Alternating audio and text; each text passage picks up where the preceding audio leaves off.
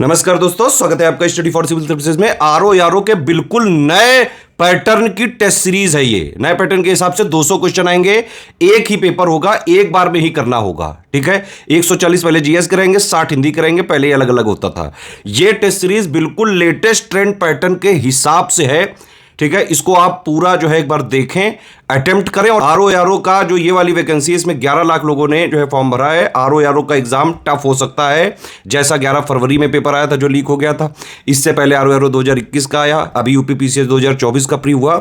इसका सिंपल मतलब यह है, यूपीपीएससी आयोग का सीधा सीधा मैसेज है स्टूडेंट्स के लिए, जो भी यूपीपीएससी के किसी भी एग्जाम की तैयारी कर रहे हैं, कि भाई अगर अब आपको यूपीपीएससी आयोग के कोई भी एग्जाम में सिलेक्ट होना है तो exact official syllabus plus latest and pattern के हिसाब से ही तैयारी करके सिलेक्ट हुआ जा सकता है। अभी आरओ में जितने दिन बचे हुए हैं, 27 जुलाई को पेपर है, अभी भी अगर आप सिर्फ 3 चीजें कर ले तो आराम से आरओ का कट ऑफ निकल सकता है आपका। देखिए, प्री सबसे ज्यादा टफ स्टेज है। 11 लाख लोग जो है भरे हैं, 400 समथिंग सीटें हैं भाई। ज्यादा से ज्यादा 7-8 हजार से ज्यादा लोग आरओ के प्री में नहीं सिलेक्ट हो सकते हैं ये 11 लाख में से। तो अगर आपको सिलेक्ट होना है, कट ऑफ निकालने का टारगेट रखिए। प्री में सिर्फ कट ऑफ ही निकाला जाता है बस, और कट ऑफ आराम से अभी भी निकल सकता है। 3 चीजें करनी पड़ेंगी। क्या कि आपको स्टडी फॉर सिविल सर्विसेज का सिलेक्शन मटेरियल जो दिया है हमने, उसको पढ़ डालिए। करीबन 900 पेज का है वो। ठीक है, रिकॉर्डेड वीडियोस जो दिए गए पेड ग्रुप में, उनको देख डालिए। पढ़ाई इससे करनी है आपको। और एससीएस का पेड क्विज और एससीएस की टेस्ट सीरीज से प्रैक्टिस अगर आप करें, जितने दिन बचे हुए हैं अभी, ये 3 चीजें अगर आप कर लें तो चाहे जैसा पेपर आ जाए, easy, moderate, tough, analytical, conceptual, lengthy, factual, आप आराम से हर हाल में आरओ का जो ये एग्जाम होने वाला है 27 जुलाई को, उसमें कट ऑफ क्लियर कर सकते हैं। जो पहले पेपर हुआ था 2023 का, जो 11 फरवरी को, उसमें भी अगर आप देखें, पेपर लीक भले हुआ था लेकिन पेपर बहुत अच्छा बनाया गया था, और उसमें स्टडी फॉर सिविल सर्विसेज से करीबन 160 क्वेश्चन आए थे।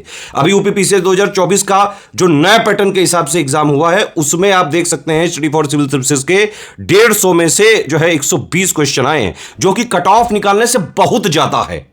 तो आरओ के सीरियस एस्पिरेंट को इस पे ध्यान देना चाहिए। ये नए पैटर्न की टेस्ट सीरीज आप जरूर लगाएं, और अगर जो कोई पेड ग्रुप हमारा ज्वाइन कर सकता है, स्ट्रिक्टली ज्वाइन करके उसको एग्जाम तक फॉलो करें। जो नहीं भी कर सकता है, यहां पे फ्री चैनल में हम कई सारी चीजें आपको दे रहे हैं। पीवाईक्यू के पापा दे दिए, टेस्ट सीरीज यहां से चालू हो रही है। ठीक है, इसके अलावा UP budget, union budget, miscellaneous पापा सब मिलेगा आपको। जून एंड से पहले सब मिल जाएगा।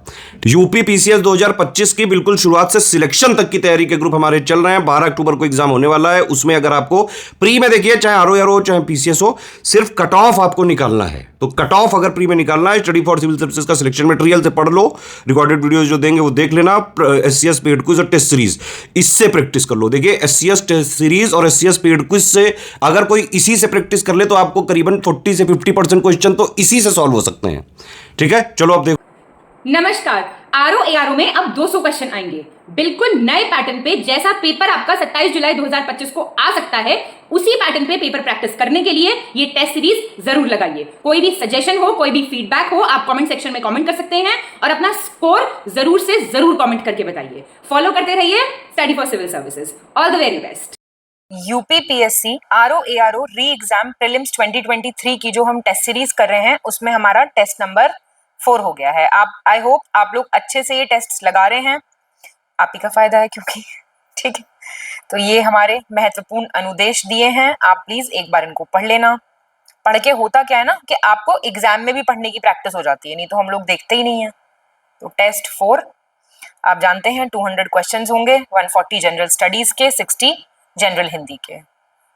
तो अच्छे से आप इन क्वेश्चंस को देख सकते हैं। फर्स्ट क्वेश्चन देखेंगे, ये क्रोनोलॉजी पूछ रहा है, काल क्रमानुसार आपको व्यवस्थित करना है। ये क्वेश्चन बहुत आता है, मॉडर्न हिस्ट्री से रिलेटेड। आपको क्रोनोलॉजी पता होनी चाहिए। प्रैक्टिस कीजिए, बार बार रिवाइज कीजिए, खुद का नोट बना लीजिए और क्वेश्चन सॉल्व करिए। करेक्ट बताना है आपको। तो देख लेते हैं, सब्सिडरी अलायंस जो था, सहायक संधि प्रणाली की जो शुरुआत हुई थी, वो हुई थी 1798 में। रोहिला वॉर हुआ था आपका 1774 में। एशियाटिक सोसाइटी ऑफ बंगाल, ये क्वेश्चन आईएएस तक में पूछ चुका है, 1784। और वेलोर म्यूटनी हुआ था आपका 1806। तो सबसे पहले क्या हुआ? सेकंड वाला आ गया सबसे पहले, ये हो जाएगा एक ही ऑप्शन में, सेकंड वाला सबसे पहले है बी। ठीक है, तो ऐसे आप प्रैक्टिस अपना कर सकते हैं। कितनी स्केड्यूल्ड ट्राइब्स थी कंट्री में हैं ऐसे मान लो सेंसस 2011 के हिसाब से। सिंपल सा है, डायरेक्ट याद होना चाहिए। तो फिगरेटिव क्वेश्चंस होते हैं, आपको पूछोगे फिगर याद करने ही करने हैं। Match the following. Revolt of 1857 से क्या क्वेश्चन बनता है? कहां से शुरू हुआ, लीडर कौन था, कौन से ब्रिटिश जनरल ने सप्रेस करा, यही तो बनता है। ये प्लेस और ब्रिटिश जनरल पूछ रहा है, इसी में से बनेगा आगे पीछे करके क्वेश्चन। देखो तो दिल्ली में जो है वो देख रहे थे लेफ्टिनेंट हडसन है, हाँ ये रहा, और कानपुर में थे कॉलिन कैम्पबेल, लखनऊ से थे आउटरैम, और बनारस में थे जेम्स नील। हाँ सॉरी, कानपुर में ये वाला गड़बड़ हो गया, मैच द फॉलोइंग में गड़बड़ हो गई है, दोबारा कर लेते हैं मैच। तो आपका कानपुर में sir Colin Campbell, Lucknow was sir Outram, Banaras James Neill, और दिल्ली हडसन। ठीक है, तो आपका बी हो जाएगा आंसर हमारा। Highest decadal growth rate rural area में, ग्रामीण क्षेत्रों में जो है, कहां से रिकॉर्ड किया गया है? 2011 के सेंसस के अकॉर्डिंग। सेंसस के कुछ सवाल बड़े पर्टिकुलर होते हैं, आपको देखने ही देखने हैं। मेघालय, इन सब रूलर्स को क्रोनोलॉजी में आपको लगाना है। सैयद डायनेस्टी के रूलर हैं, सबके रूलर पता होने चाहिए, बेसिक हर कोई यही बताता है कि आपको इतना तो एटलीस्ट पता होना ही होना चाहिए। चलिए तो अरेंज कर लेते हैं। सैयद डायनेस्टी का टाइम पीरियड पहले तो आप देख लीजिए, 14 से 1451 एडी तक था। ये पूरा सैयद डायनेस्टी का आपको टाइम पीरियड बता दिया है। ठीक है, अब ये मुबारक शाह 1421 से 34, मोहम्मद शाह 34 से आपके 43, ये 14 ही चल रहा है अभी, आलम शाह 1443 से आपके 1451, और खिज्र खान सबसे पहले हैं एक सेकंड 14 से 1421 तक, और 21 से फिर ये ऊपर चला गया। ठीक है, तो क्रोनोलॉजी में क्या हो जाएगा, चौथा सबसे पहले आएगा तो फोर्थ, 4123। कौन सा डिस्ट्रिक्ट का लोएस्ट लिटरेसी रेट रहा है as per UP census? UP का सेंसस, इंडिया का सेंसस आपको पता होना चाहिए, श्रावस्ती का रहा है, याद रखिएगा, लगभग 46.7%। ठीक है, आफ्टर ग्वालियर कॉन्क्वेस्ट इल्तुतमिश ने, he was made the first iqtadar of which iqta? Iqta मैंने बताया था ना, लैंड को बोलते थे, और इक्ता सबसे इंपॉर्टेंट होता था दिल्ली सल्तनत में। तो बताना है आपको कौन था। बदाऊं के बना था ये। उत्तर प्रदेश की जनगणना 2011 के हिसाब से जनसंख्या घनत्व, पॉपुलेशन डेंसिटी के हिसाब से लखनऊ का कौन सा स्थान है? तो थर्ड प्लेस है। तो टॉप पे कौन है? गाजियाबाद है, फिर वाराणसी है, फिर आपका लखनऊ है। करेक्ट चुनना आपको। शाहजहां ने स्मोकिंग और तंबाकू का यूज करना बंद करवा दिया था, मतलब 1617 में। 17th सेंचुरी के एंड तक आते आते टबैको जो है वो one of the main item बन गया था जो कल्टीवेशन होता था पूरे इंडिया में। प्लांट ऑफ टबैको कौन लेके आया था यहाँ पे? पोर्चुगीज। 2 और 3 सही हैं। पहला जो जहांगीर थे उन्होंने ये सब बंद करवाया था, वो तो नाच गाना वगैरह भी बंद करवा देते थे, तो ये सब तो कराएंगे ही बंद। ठीक है, गवर्नमेंट ऑफ इंडिया एक्ट 1935, सारे एक्ट आपको पता होने चाहिए। बाई कैमरल द्विसदनीय प्रणाली की शुरुआत यहां से हुई थी, जहां हुई थी उनमें से कौन सी जगह नहीं है पूछ रहा है, तो उड़ीसा में नहीं हुई थी।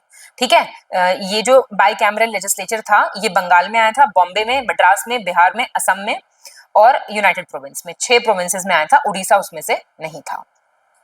मैच द फॉलोइंग पुराण और जहां वो रचे गए थे। देखिए तो ब्रह्म पुराण आपका जो था गोदावरी उत्कल प्रदेश, अग्नि पुराण आपका बंगाल, और वामन पुराण आपका कुरुक्षेत्र मंडल, और बचा क्या? गरुड़ पुराण मिथिला। तो क्या हो जाएगा आंसर? सी। करेक्ट चुनना आपको। फॉरेस्ट सर्वे रिपोर्ट यूपी की, इंडिया फॉरेस्ट स्टेट रिपोर्ट 2023 के हिसाब से यूपी का फॉरेस्ट कवर कितना? ये फिगर आपको याद होनी चाहिए। ठीक है, तो ये जो फिगर है ये सही है, इसलिए मैं आपको याद करा रही हूं। और ये 6.24% है टोटल ज्योग्राफिकल एरिया यूपी के, 2021 के कंपैरिजन में टोटल कवर जो है वो बढ़ा है इतने से, ये भी ना याद रखे तो सिर्फ इतना याद रख लेना कि फॉरेस्ट कवर बढ़ा है, ठीक है, इट हैज इंक्रीज्ड। तो आंसर आपका हो जाएगा 12th का हमारा सी हो जाएगा, सारे सही है ना, सी हो जाएगा। किस एक्ट से गवर्नर जनरल ऑफ इंडिया को मिलिट्री और सिविल दोनों ही पावर्स मिल गई थी? कौन सा एक्ट था? जानते हैं आप, चार्टर एक्ट 1833 का था। असर्शन और रीजनिंग, मॉन्टेगू चेम्सफोर्ड सुधार जो थे उनको लागू किया गया 1919 में, और ये रिफॉर्म ब्रिटिश गवर्नमेंट लेके आई थी कि हम संसदीय शासन लागू करेंगे, पार्लियामेंट्री गवर्नमेंट लागू करेंगे। कौन सा है सही? ए सही है पर आर गलत है। आर क्यों गलत है भाई? यही तो प्रॉब्लम थी कि जो रियल पर्पस था वो था बाई कैमरल लेजिस्लेचर को इंट्रोड्यूस करना, पार्लियामेंट्री वगैरह की कोई बात नहीं हुई थी, कोई रिलीफ नहीं मिला था लोगों को। तो नेशनलिस्ट यही तो डिमांड कर रहे थे कि उनको सेल्फ गवर्नमेंट चाहिए थी, पार्लियामेंट्री गवर्नमेंट वगैरह कहीं पढ़ा आपने ऐसा सेंटेंस इन एक्ट्स में?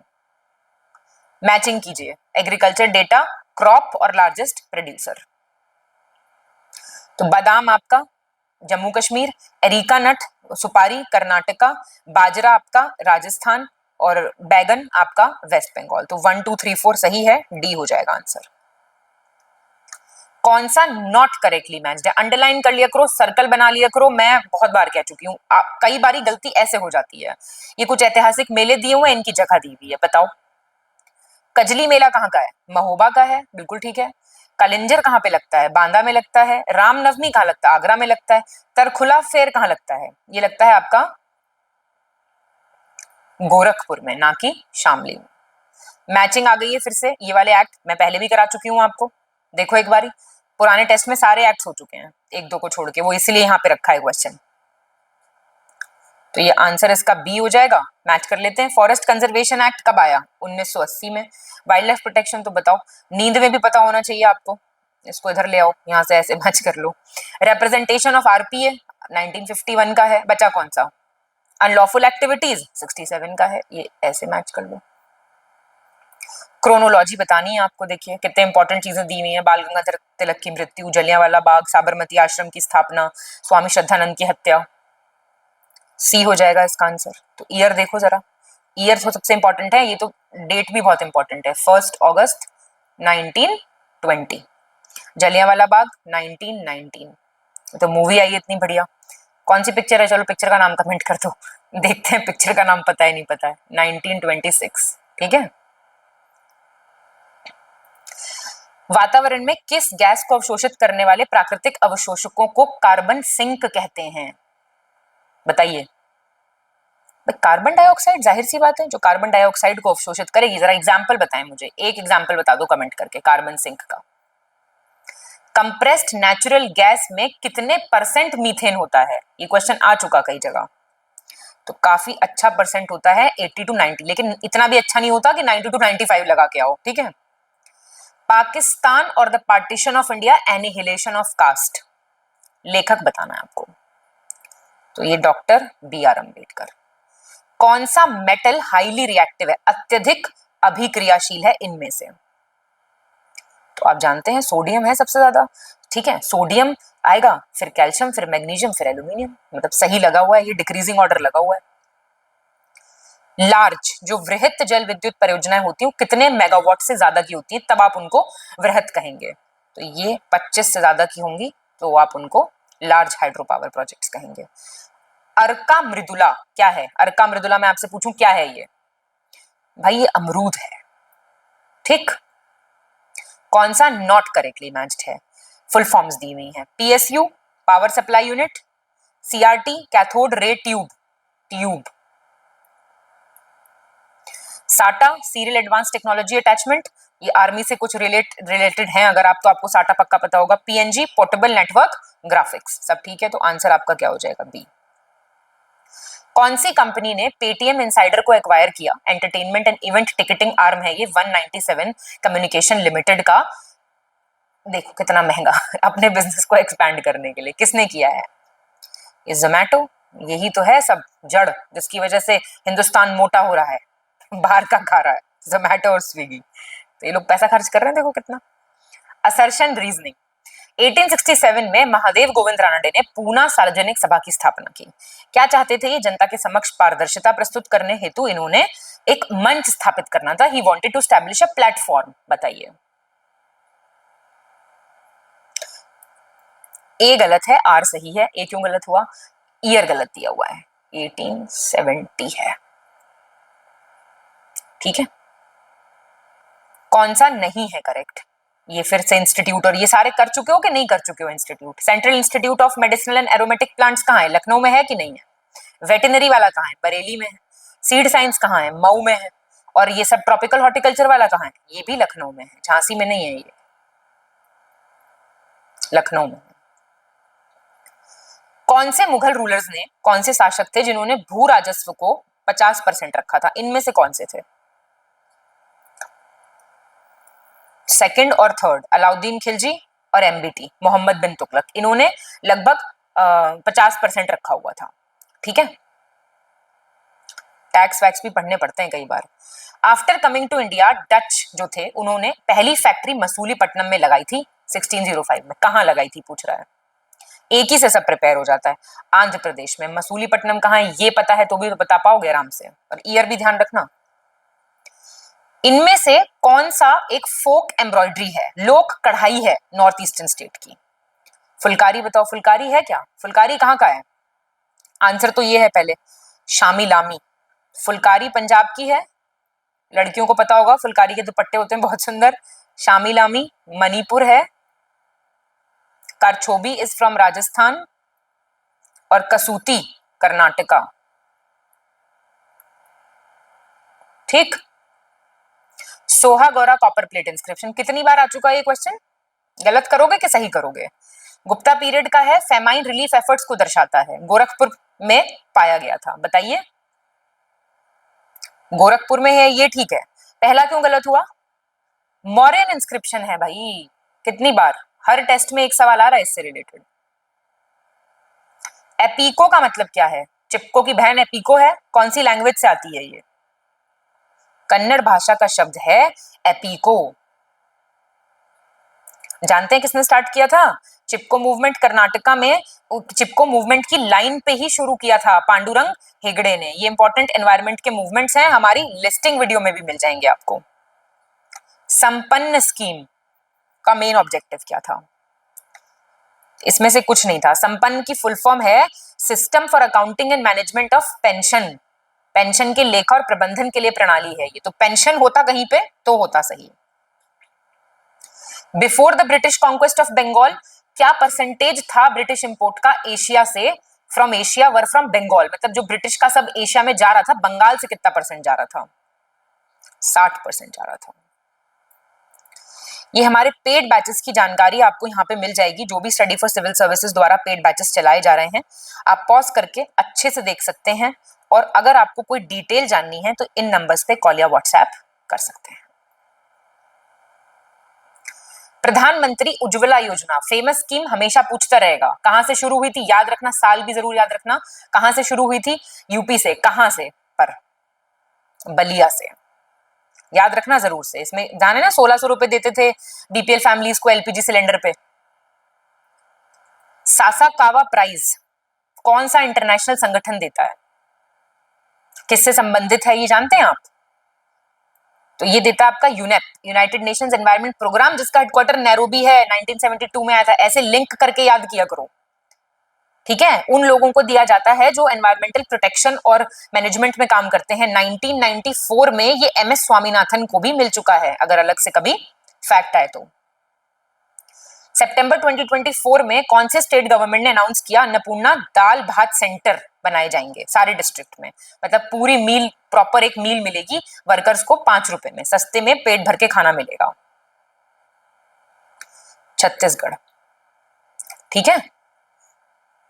इनमें से कौन सा रूलर बंगाल का था जिसका शॉर्टेस्ट टाइम पीरियड रहा है? बंगाल के रूलर्स थे ना, उनका भी टाइम पीरियड आपको याद रखना चाहिए। ठीक है, तो आंसर हो जाएगा सी, सरफराज खान। सरफराज खान एक नाकामयाब बेटा था मुर्शीद कुली खान का, जिसको अलीवर्दी खान मार देता है। अलीवर्दी खान फिर 1756 तक रूल करता है, याद रखना। ठीक है, 1700 में लगभग मुर्शीद कुली खान बना था दीवान बंगाल का, 1727 तक रहा था टिल हिज डेथ। उसके बाद आया शुजाउद्दीन जो 1739 तक रहा, फिर बस 1 साल के लिए सरफराज खान आया था, ठीक है, 1739 से 40 का टाइम पीरियड था, तो सबसे कम टाइम पीरियड के लिए था। लिथोट्रिप्सी एक प्रोसीजर है जो शॉक वेव्स, शरीर के किसी हिस्से में पथरी को तोड़ने के लिए शॉक वेव्स भेजता है। कौन से हिस्से में भेजता है? किडनी में, जाहिर सी बात है, और होती कहां है पथरी? और Who among the following had founded the international society for tropical ecology 1956 में? किसने फाउंड किया था ये? कोई नहीं है इसमें से? डॉक्टर रामदेव मिश्रा, इन्होंने फाउंड की थी। इनको क्या कहा जाता है बताइए मुझे? पारिस्थितिकी का जनक कहा जाता है, फादर ऑफ इकोलॉजी, इसलिए ये क्वेश्चन पूछा गया है, ऐसे नहीं किसी के बारे में भी पूछ लेंगे। ट्रीटी ऑफ अलीनगर के बारे में करेक्ट पूछ रहा है आपसे। फरवरी 1757 में साइन हुई थी सिराजुद्दौला बंगाल का नवाब और ईस्ट इंडिया कंपनी के बीच में, बैटल ऑफ प्लासी से पहले। इसमें ब्रिटिश को रिप्रेजेंट कर रहे थे रॉबर्ट क्लाइव और एडमायरल चार्ल्स वॉटसन। सही बताना है आपको, दोनों सही हैं, ठीक है। प्लासी का युद्ध कब हुआ था जरा मुझे कमेंट करके बताएंगे आप। If any one metal in the alloy is dash, तब उसको अमेल्गम कहते हैं, मतलब मिश्र धातु में कोई एक धातु इनमें से कोई होगी तो वो अमलगम कहलाया जाएगा। क्या होगी? अगर पारा होगा उसमें, मरकरी होगी तो वो अमलगम कहलाया जाएगा। देखिए इनकरेक्ट पूछ रहा है। उच्च मूल्य के लेन देन को समर्थन देने के लिए यूपीआई 123 पे का जो प्रतिदिन लेन देन की सीमा है उसको 5,000 से 10,000 कर दिया है। Indian prime minister Shri Narendra Modi ji official visit पे थे ब्रूनी दारुसलेम। ये मैप में अगर मार्क नहीं करते हैं आप तो आप पढ़ाई नहीं कर रहे हैं। सितंबर 2024 में फिर सिंगापुर गए थे। यूनियन कैबिनेट ने department of rural development for implementation of प्रधानमंत्री ग्राम सड़क योजना का 5th फेज को मंजूरी देती है सितंबर में। आपको इनकरेक्ट बताना है, ध्यान देना, इनकरेक्ट बताना है। 3rd इनकरेक्ट है। यूनियन कैबिनेट ने 11 सितंबर को अप्रूव किया है 4th फेज, पीएम क्या है ये, GSY का 4th फेज, ना कि 5th। 1 लगा लो इसके आगे। इंडियन सिविल सर्विसेज एक्ट 1861 के बारे में आपको करेक्ट बताना है। शुरू में एज जो रिक्रूटमेंट की होती थी वो 23 साल थी। बताइए, इसमें भी लोग बाग क्लियर कर लेते थे पेपर। 1860 में रिक्रूटमेंट एज को 22 कर दिया। करेक्ट बताना है आपको, ठीक बातें हैं दोनों। Goods and services tax council से संबंधित प्रोविजनों को संशोधित कौन कर सकता है? कैसे करा जा सकता है? मतलब by special majority of parliament and consent of state. राज्य को तो स्वीकृति होगी ना जब स्टेट में भी लागू है तो। और ये सारे टाइप की मेजोरिटी जो है, आप छोटा सा वीडियो है ज्ञान सर का यूट्यूब पे, उसको देख सकते हैं। अगर आपको नहीं पता है तो आपको सब पता होनी चाहिए और सबके एग्जाम्पल पता होना चाहिए। ये पूछेगा कौन सा इंस्टीट्यूट कोलकाता वेस्ट बंगाल में है इनमें से? तो ये रासायनिक जीव विज्ञान संस्थान है यहाँ पे। फॉरेस्ट रिसर्च कहाँ है? अरे देहरादून में, पिछले बार भी कराया था ये। फ्यूल रिसर्च कहाँ है? धनबाद में। धनबाद कहाँ है? बताना जरा, धनबाद कहाँ है? और ये दाल वाला है कानपुर में। अगस्त 1942 में चिट्टू पांडे ने 10 पुलिस स्टेशन पे कब्जा कर लिया था। कहाँ पे? जहां पे पैरेलल गवर्नमेंट, समानांतर सरकारें चलाई जा रही थी। कहां पे कब्जा किया था? बलिया में। मैचिंग कीजिए, ऑथर और उनकी किताबें दी हुई हैं। बी हो जाएगा आंसर। धनपाल की है तिलक मंजरी, सर्वसेन की है आपकी हरिया विजया, हरि विजय जो भी, मयूर, सूर्य, शतक, और पतंजलि आपकी महानंदा। अमीर खुसरो के रेफरेंस में आपको बताना है कौन सा स्टेटमेंट सही है।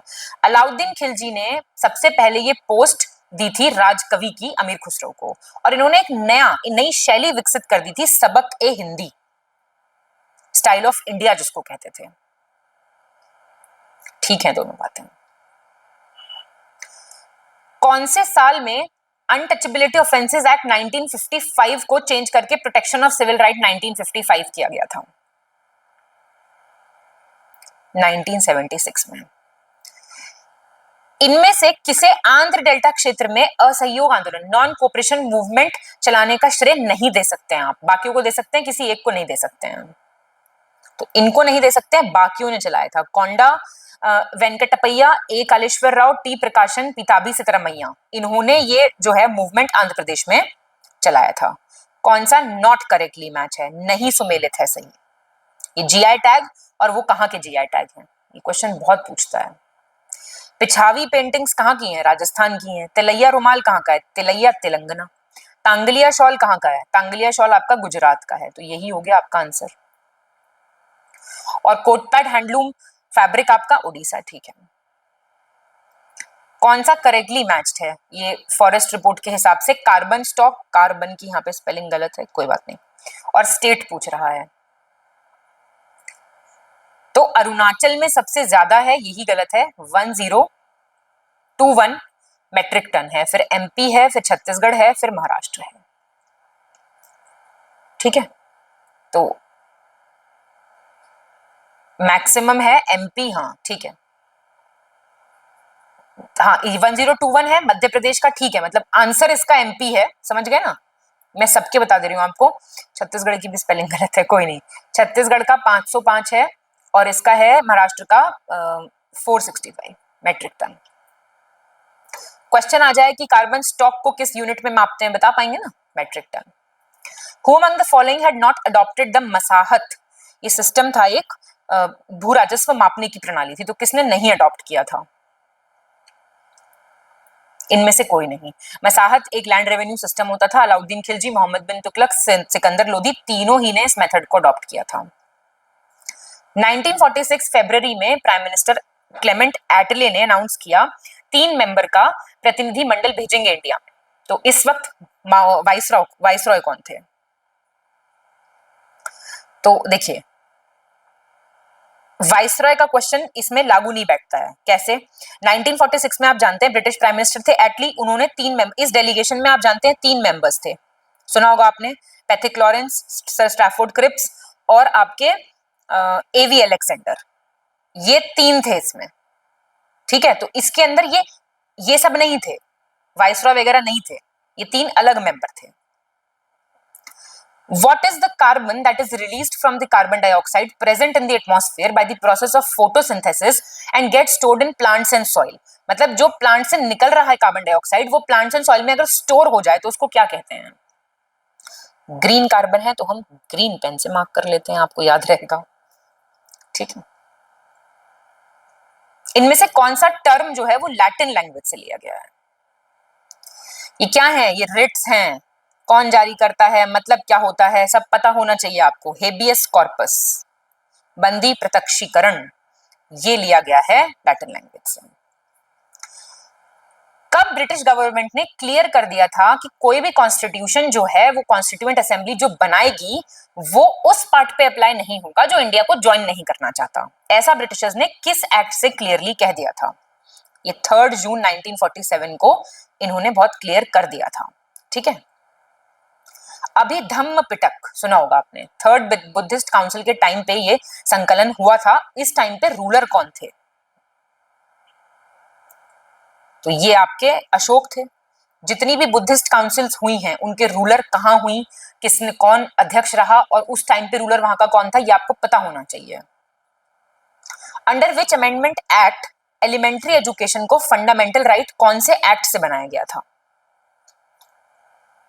ये क्वेश्चन नहीं गलत करके आ सकते आप, पाप हो जाएगा अगर ये क्वेश्चन गलत करके आ गए तो, ठीक है।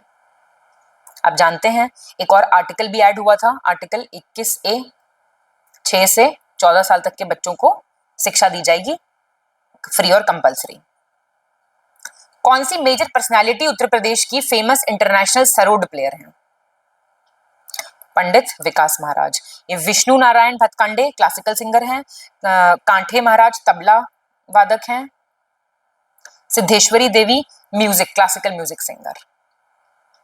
Who among the following was the first foreign traveler to make a detailed mention of चंडाल, पेनीज एंड फ्री हॉस्पिटल? मैंने आपको बताया ट्रैवलर्स आते थे, क्या करेंगे ट्रैवलर्स, हम जब कहीं ट्रैवल करने जाते हैं तो वहां का देखते हैं, ऑब्जर्व करते हैं। तो इनमें से किसने चंडालों, कौड़ियों और निशुल्क चिकित्सालयों का विस्तृत वर्णन दिया था? कौन थे वो? फाहीन। किसके शासनकाल में ये भारत आए थे, ये आप मुझे बताएंगे कमेंट करके। थोलू बोमलाटा क्या है? थोलू बोमलाटा थिएटर है, ये drama, a type of shadow theatre, छाया रंगमंच। कहाँ का है ये बता सकते हैं? आंध्र प्रदेश का। कौन सा सब्जेक्ट स्टेट लिस्ट में आता है? देखिए state list, union list, concurrent list के इंपॉर्टेंट सब्जेक्ट्स आपको पता होने चाहिए।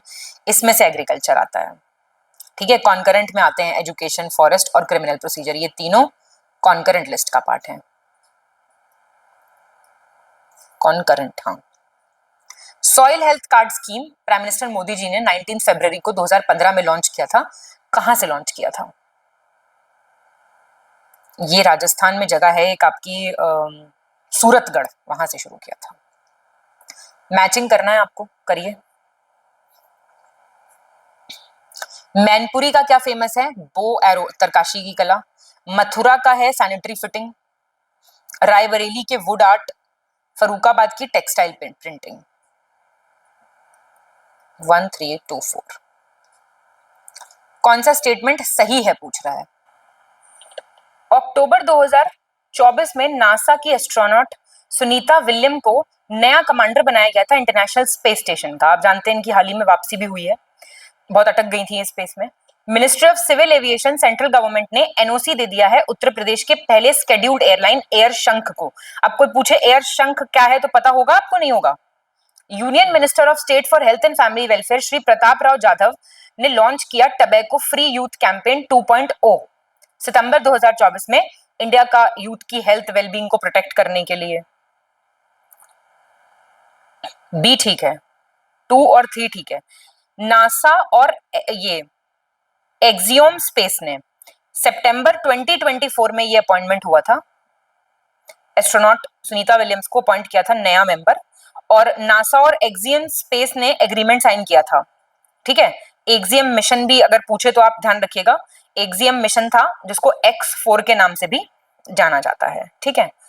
बाकी ये वाली चीजें सही दी हुई हैं। टाइगर कॉन्फ्रेंस बड़ा फेमस है क्वेश्चन, 2010 में कहां हुई थी, जहां पे ये डिसाइड हुआ था कि इंटरनेशनल टाइगर डे मनाए करेंगे 29 जुलाई को। तो एक तो देखो ये फैक्ट तैयार हो गया। कहां हुई थी ये कॉन्फ्रेंस? सेंट पीटर्सबर्ग में हुई थी, रशिया। कौन सा केमिकल एलिमेंट रक्त कैंसर, ब्लड कैंसर के उपचार में प्रयोग में लाया जाता है? कोबाल्ट 60 बहुत फेमस है, मेरे हिसाब से तो आप सबका सही हुआ होगा ये question. Consider the following statement. इस विधि से खतरनाक और रेडियोधर्मी कचरे का निपटान किया जाता है जिसमें कचरा पूरी तरह से नष्ट हो जाता है। वेस्ट जो मटेरियल होता है that is completely destroyed by what? क्या कहते हैं उसको? प्लाज्मा आर्क कहा जाता है, ध्यान रखना, ठीक है। ये थोड़ा लेस पोल्यूटिंग होता है, ऑक्साइड, नाइट्रोजन, सल्फर के ऑक्साइड इससे नहीं निकलते, तो ये इंपॉर्टेंट हो जाता है। किसे मुख्य रूप से दक्षिण भारत की महापाषाणकालीन समाधियों के उत्खनन का श्रेय दिया जाता है? मेगालिथिक ब्यूरियल्स का, जिसने एक्सकवेशन किया है साउथ में। किसने किया है? Taylor, colonel Phillips Taylor, Phillips Meadows Taylor नाम है इनका पूरा। According to India forest status report 2023, इनमें से कौन सी स्टेट है जो टॉप 3 में नहीं आती? मतलब वन और वृक्षावरण में अधिकतम वृद्धि वाले ये 3 राज्यों में शामिल नहीं है, ये बताना है आपको। एमपी नहीं है, तो टॉप पे है छत्तीसगढ़, फिर आपका यूपी है और फिर उड़ीसा है। ये हमारे पेड ग्रुप के बारे में आप जानकारी यहां से ले सकते हैं, ये ही नंबर्स हैं, इन्हीं पे कॉल करके आप सब पता कर सकते हैं। Who among the following had written a book named कविता और शुद्ध कविता? किसकी किताब है ये? फेमस है ये किताब, रामधारी सिंह दिनकर जी। कौन सा नहीं सही है, सुमेलित नहीं है? हिंदी लिटरेचर के कुछ प्रोमिनेंट पर्सनालिटीज दी हुई है और उनका बर्थ प्लेस दिया हुआ है, बताइए। प्रताप नारायण मिश्रा, बैजे गांव पड़ता है उन्नाव का, ये ठीक है। पंडित राहुल संकृतियान, पंडाहा, आजमगढ़, तो ये हो जाएगा आपका आंसर। जयशंकर प्रसाद, वाराणसी, ठीक है। वृंदावन लाल वर्मा, झांसी, बिल्कुल ठीक है। The civil rebellion of Awadh, मैंने आपको बता दिया, सिविल रिबेलियन हो गया, रिवोल्ट ऑफ 1857 हो गया। इनसे क्वेश्चन क्या पूछेगा, लीडर कौन था, कहां शुरू हुआ था, ईयर पूछेगा, वो सब इसने इसी में दे दिया क्वेश्चन में, देख लो। अब ये पूछ रहा है कौन से रीजन में था ये, क्या मतलब ये उस वक्त पूर्वी रीजन पड़ेगा, ठीक है, ईस्टर्न रीजन था स्टेट ऑफ यूपी का 1799 में। प्रधानमंत्री कौशल विकास योजना, प्रोविजन था पैसे देने का, इसमें हर ट्रेनी को कितने रुपए का सहायता की बात हुई थी, और ये योजना कब से शुरू हुई थी ये भी पता रखना, 2015। कई बारी क्रम लगाने को आ जाएगा या कुछ आएगा, 8,000 रुपए। मैचिंग आ गई है, कौन सा फीचर कहां से बोरो किया गया है, हर टेस्ट में आएगा एक क्वेश्चन, सारे प्रिपेयर हो जाएंगे। अगर बिल्कुल ही नहीं पढ़ रहे हो तो मतलब टेस्ट कर लो, ऐसा नहीं है, पढ़ तो रहे होंगे जरूर, अच्छे बच्चे हो तुम सब। ब्रिटिश कॉन्स्टिट्यूशन से क्या लिया है, सिंगल सिटीजनशिप। यूएस से फंडामेंटल राइट, एक आध तो आता ही होगा इसमें से। ऑस्ट्रेलिया से कॉन्करेंट लिस्ट, रशिया से फंडामेंटल ड्यूटी, डी हो जाएगा आंसर। ग्रीन मफलर बहुत फेमस क्वेश्चन है, किस तरह का पोल्यूशन कम करने के लिए इस्तेमाल किए जाने वाली टेक्निक है, नॉइस पोल्यूशन। वो क्या करते हैं ना, ज्यादा आबादी जहां पे है वहां पे 4 से 6 रो लगा देते हैं पौधों की, ऐसे जगह जगह पौधे, देखो कितने सुंदर बनाए मैंने, और उससे नॉइस पोल्यूशन कम हो जाता है। उत्तर प्रदेश का वो जिला जो छत्तीसगढ़ राज्य से अपनी सीमा रेखा साझा करता है, उसका नाम बताइए। उत्तर प्रदेश का मैप तो भाई देखो पता ही होना चाहिए तुम्हें, ठीक है। सहारनपुर सबसे ऊपर ऊपर का है, सोनभद्र साउथ का है, बलिया ईस्ट का है, शामली वेस्ट का है, ये सारे डायरेक्शन के हिसाब से भी दे रखे हैं ऐसे, ठीक है। सैल्मोनेला बेसिली जीवाणु है, कारण क्या है इसका, फूड पॉइजनिंग इसी से होती है। कौन सा नहीं है करेक्ट, आगे ना देखो, योजनाओं के ईयर जरूर याद रखने हैं, इंपॉर्टेंट योजनाओं के। प्रधानमंत्री मुद्रा योजना ठीक दे रखा है, नमामि गंगे ये 2014 की है, गलत हो गया तो आंसर ये हो गया हमारा। अटल पेंशन योजना ठीक है, प्रधानमंत्री सुरक्षा बीमा योजना ठीक है। Which of the following major committees of the Constituent Assembly were presided over by Jawaharlal Nehru ने इनमें से किसकी अध्यक्षता की थी, किसकी की थी भाई, powers committee JL Nehru, union constitution committee JL Nehru, provincial committee Sardar Vallabhbhai Patel, drafting committee BR Ambedkar. Answer क्या हो जाएगा 1 और 2। कौन सा drug attention deficit hyperactivity disorder के लिए यूज होता है, हिंदी में भी यही है, देख लो, बताओ कौन सा यूज होता है, एम्फीटेमाइन। ध्यान देने लायक क्वेश्चन है कि नहीं है ये।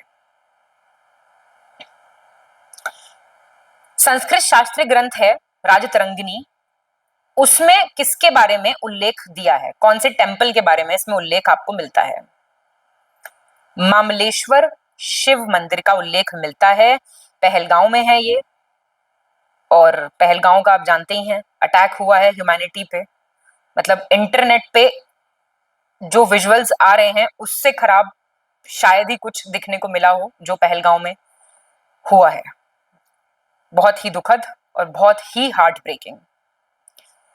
खैर, टेम्पल ये 400 AD अराउंड बनाया गया था, और इसका मेंशन जो है आपको राजतरंगिणी में मिलेगा। सराइकला स्टाइल जो है ये एक तरह का फोक डांस है, छाऊ जो है वो कहां पे प्रेवेलेंट है, शैली है किस राज्य में ये प्रेवेलेंट है, तो ये झारखंड में है, झारखंड का है सराइकला छाऊ, और उड़ीसा का होता है मयूरभंज छाऊ, वेस्ट बंगाल का होता है पुरुलिया, लिख देते हैं, ये सब छाऊ डांस हैं। और छत्तीसगढ़ का नहीं है कुछ भी, ठीक है ना, मतलब इसमें ना मास्क मुखौटा पहन के जो है डांस किया जाता है। रेड डेटा बुक बहुत ही इंपॉर्टेंट क्वेश्चन है, IUCN international union for conservation of nature ये पब्लिश करता है ना डेटा, एंडेंजर्ड एनिमल कौन है, एक्सटिंक्ट कौन हो गया। कौन सी बीमारी को खोजने के लिए निदान के लिए मैंटॉक्स टेस्ट परफॉर्म किया जाता है, ये TB के लिए, तपेदिक के लिए होता है test. A whole inscription of Pulakeshin 2 has been written in which language? कौन सी भाषा में लिखा हुआ है ये? संस्कृत में। ज्यादातर प्राकृत वगैरह में मिलेंगे आपको, पर ये संस्कृत का है तो ये इंपॉर्टेंट है, ठीक है। किसने लिखा था इसको? रवि कीर्ति, ठीक है। मॉनसून सेशन, सीजन नहीं, सेशन का ड्यूरेशन बताना आपको। सत्र होते हैं ना पार्लियामेंट में, तो देखिए इसमें से कोई नहीं है, आप जानते हैं। तीनों सेशन आपको बता देते हैं। 3 सेशन होते हैं पार्लियामेंट के। एक होता है आपका बजट सेशन, फरवरी से मई। एक होता है आपका मॉनसून सेशन, ये होता है आपका जुलाई से सितंबर। एक होता है आपका विंटर सेशन, नवंबर से दिसंबर, ठीक है। उत्तर प्रदेश वन सर्वेक्षण रिपोर्ट 2023 के हिसाब से किसका प्रतिशत राज्य के कुल भौगोलिक क्षेत्र का लगभग 3.5% है? इनमें से किसका? कौन से टाइप के फॉरेस्ट का? तो ये सी हो गया, ओपन फॉरेस्ट है। सबसे ज्यादा है वीडीएफ, वेरी डेंस फॉरेस्ट, फिर एमडीएफ, फिर है खुले वन। तो 3.5% ये है, नहीं सबसे ज्यादा ये है, बाकी वो कम है। 1.1% वीडीएफ है और फिर 1.66 ये है, उल्टा बोल दिया मैंने। सितंबर 2024 तक इंडिया बिकेम डैश, कौन सा लार्जेस्ट इथेनॉल प्रोड्यूसर और कंज्यूमर बन गया है? 3rd largest. Updated agriculture data के बारे में आपको बताना है। उत्तर प्रदेश, वेस्ट बंगाल और पंजाब 3 लीडिंग स्टेट्स हैं in the production of spices, मसालों में अग्रणी है ये। और शहद में मध्य प्रदेश, राजस्थान, गुजरात हैं। आपको करेक्ट बताना है। क्या पूछा है? करेक्ट पूछ रहा है, तो ये तो गलत हो गए दोनों। उत्तर प्रदेश, वेस्ट बंगाल और पंजाब हनी में है, और एमपी, राजस्थान, गुजरात जो है मसालों में। तो उल्टा दिया हुआ है, ऐसे समझ लीजिए या याद कर लीजिए जैसे मर्जी। Which of the following option is not correctly matched? Latest mineral data 2024 के हिसाब से पहला रैंक दिया हुआ है कंट्रीज को और मिनरल्स दिए हुए हैं, तो बताइए कौन सा है? देखिए ऑस्ट्रेलिया बॉक्साइट में है, ठीक है। चाइना सीमेंट में है। मेक्सिको जो है रशिया डायमंड में है। जो ये ताम्र अयस्क है ना, इसमें टॉप पे चिली है, चाइल या चिली जो भी बोलना चाहें आप। कौन से साल तक Tata electronics and Tata consultancy services TCS मिलके इंडिया की पहली इंडिजीनियस, पहला घरेलू चिप विकसित करेंगे? कौन से साल तक होगा ऐसा? ये एज इट इज चीजें याद रखनी है आपको। मैच कीजिए मिनरल और पहला रैंक, मतलब मिनरल और उनके रिजर्व दिए हुए हैं, पहला रैंक किसका है? तो diamond MP, gold Karnataka, graphite natural Arunachal Pradesh और लिग्नाइट तमिलनाडु। तो बी हो जाएगा आंसर। इनकरेक्ट चुनना है आपको अपडेटेड एग्रीकल्चर डेटा 2023-24 के हिसाब से। उत्तर प्रदेश, महाराष्ट्र और कर्नाटका जो हैं वो गन्ना और चीनी के उत्पादन में टॉप पे हैं। असम, वेस्ट बंगाल, सिक्किम चाय के उत्पादन में टॉप पे हैं। यूपी, पंजाब और मध्य प्रदेश, यूपी, मध्य प्रदेश, पंजाब 1 2 3 ऐसे बोलेंगे। वीट, गेहूं के उत्पादन में टॉप पे हैं। कौन सा आपका गलत है पूछ रहा है? ये बी वाला आपका गलत हो गया। क्यों? असम, वेस्ट बंगाल और तमिलनाडु, ना कि सिक्किम, ये टी में टॉप में है। ये इंपॉर्टेंट क्रॉप्स हैं। कौन कौन सी क्रॉप्स की आपने यहाँ पे? शुगर केन, शुगर, फिर आपने चाय की है और आपने गेहूं किया है। तो ये कुछ इंपॉर्टेंट वाले जो होते हैं ये आपको याद रखने ही रखने हैं। आपको करेक्ट ऑप्शन बताना है उत्तर प्रदेश बजट 2025-26 के बारे में। Uttar Pradesh food processing industrial policy आई है, उसमें 500 करोड़ रुपए इंसेंटिव अमाउंट का प्रावधान किया गया है, प्रोत्साहन राशि की व्यवस्था की गई है। और 1020 करोड़ रुपए रखे गए हैं पर drop more crop micro irrigation जो स्कीम है उसके तहत। बता दो फटाफट से क्या हो जाएगा इसका आंसर। ये आपसे करेक्ट पूछ रहा है, इसमें से कोई करेक्ट है ही नहीं। 720 करोड़ रुपए तो रखे गए हैं आपके माइक्रो इरिगेशन स्कीम के लिए, 720 करोड़, ठीक है। और 650 करोड़ रुपए नेशनल हॉर्टिकल्चर मिशन के लिए प्रावधान जो है किया गया है। ठीक है, तो ये आपका पॉलिसी का हो गया। 2 स्टेटमेंट्स दिए हैं, एक असर्शन एक रीजन। प्रैक्टिस करेंगे। 25 सितंबर 2024 को 10 साल पूरे हो गए मेक इन इंडिया के। 25 सितंबर 2014 में लॉन्च हुआ था। मेक इन इंडिया के उद्देश्य क्या था? डिजाइन और विनिर्माण में भारत को एक वैश्विक केंद्र में बदलने का उद्देश्य था और निवेश को सुविधाजनक बनाना, नवाचार को प्रोत्साहित करना, विश्व स्तरीय बुनियादी ढांचा विकसित करना, वर्ल्ड क्लास इंफ्रास्ट्रक्चर विकसित करना। आप बताइए, दोनों सही हैं। तो देखो एक स्कीम यहाँ पे आ जाती है, मेक इन इंडिया। आपको याद रखना है कब लॉन्च हुई थी। तो शतक पूरा करते हुए इकोनॉमिक सर्वे का गंदा सा क्वेश्चन करेंगे अब हम। इंडिया का total installed power capacity 456.7 gigawatt है। रेन्यूएबल एनर्जी जो अक्षय ऊर्जा है उसका योगदान इसमें 47% है। 800 जिले में 5G सेवाएं शुरू की गई हैं। भारत नेट योजना के तहत करीब 2 लाख जो गांव हैं उन तक फाइबर पहुंचाया जा रहा है। प्रधानमंत्री आवास योजना के तहत 1.18 करोड़ घरों को मंजूरी दे दी गई है। जल जीवन मिशन में 15.3 करोड़ परिवार लाभान्वित हुए हैं। Fact loaded question. तो बताइए कौन सा सही हो जाएगा? इसमें आपका 1 और 3 सही हो जाएगा। ये 800 से कुछ कम है, एक्चुअली 779 है ये हालांकि इतना इंपॉर्टेंट नहीं है, आप इसको स्किप कर सकते हैं, ठीक है, क्योंकि इतना डिटेल में नहीं पूछेगा। इसमें सबसे इंपॉर्टेंट जो है वो ये है। भारत नेट एक एम्बिशियस प्रोजेक्ट है इंडिया का, आप जानते हैं। इसको कब लॉन्च किया गया था? तो इसको 2011 में लॉन्च किया था। ये था ना कि कनेक्टिविटी बढ़ाएंगे, मतलब हाई स्पीड इंटरनेट एक्सेस देंगे हर ग्राम पंचायत को। 2025 तक 2.14 लाख ग्राम पंचायत हैं जो कि भारत नेट द्वारा इंटरनेट की सुविधा उनको मिल रही है। वाईफाई हॉटस्पॉट दे दिए गए हैं 1 लाख करीब, और 6.92 लाख ऑप्टिकल किलोमीटर का ऑप्टिकल फाइबर केबल नेटवर्क बिछाया जा चुका है। ये जनवरी 2025 तक है कि तक जो हुआ है वो है। Which of the following countries was declared trachoma free by World Health Organization on October 8, 2024? Trachoma नहीं है जहाँ पे अब। ट्रैकोमा जानते हैं ना आप, आंख में होने वाली बीमारी है, बैक्टीरियल इन्फेक्शन हो जाता है।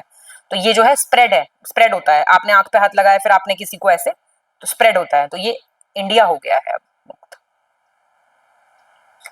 ड्राफ्ट नेशनल स्पोर्ट्स पॉलिसी 2024, इसके बारे में कौन सा सही है? Ministry of youth affairs and sports ने draft national sports policy release की है फॉर पब्लिक कंसल्टेशन।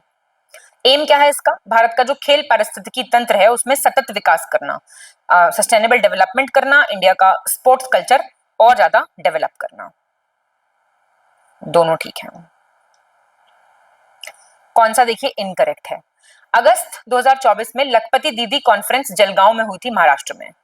इस कॉन्फ्रेंस में श्री नरेंद्र मोदी जी ने एक रिवॉल्विंग फंड जारी किया 1500 करोड़ का। बी गलत हो गया। ये जो फंड है ये 25 करोड़ रुपए का है। 25 करोड़ कह रहे हैं 2500 करोड़। कौन सा इनकरेक्ट है? कोल इंडिया को गोल्डन पीकॉक सीएसआर अवार्ड मिला 2024। ये award 19th international corporate social conference के तहत दिया गया। Coal India limited highest CSR spender है। जो सीएसआर अमाउंट होता है ना, आप कुछ हर कॉर्पोरेट में ये पॉलिसी है, तो सबसे ज्यादा इन्होंने खर्च किया। और कोल इंडिया कब बना था? नवंबर 1975 में।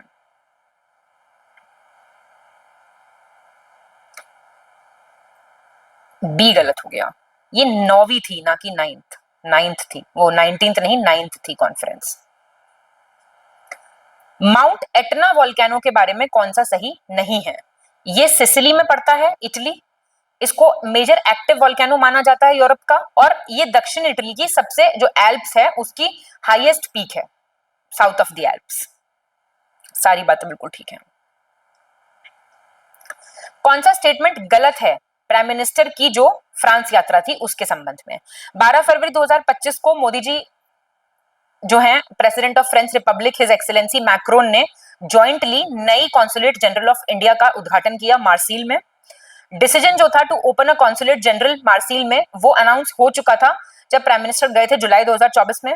और यहाँ पे क्या होगा? कॉन्सुलर जुरिस्डिक्शन मिलेगा महावाणिज्य दूतावास के पास। फ्रांस के दक्षिणी भाग में 4 फ्रांसीसी प्रशासनिक क्षेत्रों का वाणिज्य दूतावास का क्षेत्राधिकार इनके पास होगा। और ये जो रीजन है फ्रांस का, जो ये वाला एरिया है, ये ट्रेड, इंडस्ट्री, एनर्जी, टूरिज्म के लिए बहुत फेमस है। बी गलत हो गया। ये जो डिसीजन है ना, ये 2023 जुलाई में लिया गया था जब गए थे वो, ठीक है। कौन सी कंट्री ने इंट्रोड्यूस किया है एक voting process for the election of जजेस at all levels in the country for the first time in the world? तो ये मेक्सिको ने किया है ऐसा, मतलब पहला देश बन गया है जिसने मतदाताओं को सभी स्तरों पे न्यायाधीश चुनने की अनुमति दी है। बढ़िया, ऐसा होना चाहिए। ये आप हमारा जो हम बहुत ही खुशी खुशी आपको चीजें दे रहे हैं उसका सुंदर सा एक एडवर्टाइजमेंट है। ये हमारे नंबर्स हैं, इन पे आप कॉल या व्हाट्सएप कर सकते हैं। कोई भी जानकारी आप चाहते हैं यहां से आपको मिल सकती है। हमारा फ्री टेलीग्राम ग्रुप भी आप ज्वाइन ये रख सकते हैं, ठीक। In which district of Uttar Pradesh will the country's first Hindi literature language museum be established? कहां पे होगा ये स्टैब्लिश? ऐसी चीजें याद रखनी चाहिए आपको। ये काशी में होगा, वाराणसी। पुरानी वो है ना, प्रतिष्ठित हिंदी विद्वान हैं, पुरानी पांडुलिपियां हैं, उन सबका संरक्षण यहाँ पे किया जाएगा। कौन सा करेक्ट है? नेपाल की कामिरिता शेरपा पहली माउंटेनियर बने हैं to climb Mount Everest for 30th time. बताइए, 30 बार चढ़ चुके हैं माउंट एवरेस्ट पे। नाबार्ड ने अनवील किया है क्लाइमेट स्ट्रेटजी 2030 डॉक्यूमेंट अर्थ डे के ओकेजन पे। अर्थ डे कब होता है ये लिखा, पढ़ लिया करो, वो बताया करो क्या बोलते हैं थीम। थीम पता है कि नहीं पता है? लेटेस्ट वेटेस्ट थीम सारी पता होनी चाहिए। अर्थ डे 2025 की थीम कौन बताएगा मुझे? Our power our planet. अभी तो है, लेटेस्ट है ये, एकदम लेटेस्ट ही याद रखनी है। टेस्ट में बेशक आपको पुराना मिलेगा पर आपको लेटेस्ट ध्यान रखना है। अब क्या है, भारत पे ने लॉन्च किया है all in one payment device Bharat पे 1। कौन सा सही है? सब सही है। डाउनी मिल्ड्यू ये एक तरह का रोग है। कौन से क्रॉप में लगता है ये रोग? मक्का में। 2011 सेंसस के हिसाब से मीडियम बताओ। हर टेस्ट में क्वेश्चन आ रहा है कि नहीं आ रहा है? हर टेस्ट में करा रही हूं मैं ये क्वेश्चन। 4 से 10 वाले 112 का क्या हो जाएगा? ये मतलब 2011 सेंसस के हिसाब से कितने परसेंट है ये पूछ रहा है। 21.20 है, तो 21% मान लो। और मीडियम होता कौन सा है लैंड होल्डिंग? 4 से 10 हेक्टेयर वाला, याद रखना। Number of crops grown on a land in a year is called dash of the land. मतलब किसी भूमि पे एक वर्ष में उगाई जाने वाली फसल की संख्या उस भूमि की क्या कहलाती है? क्रॉपिंग इंटेंसिटी, शस्य गहनता। एक मोबाइल ऐप है पूषा कृषि। Indian council of agriculture research ने इसको डेवलप किया है। कब? 2016।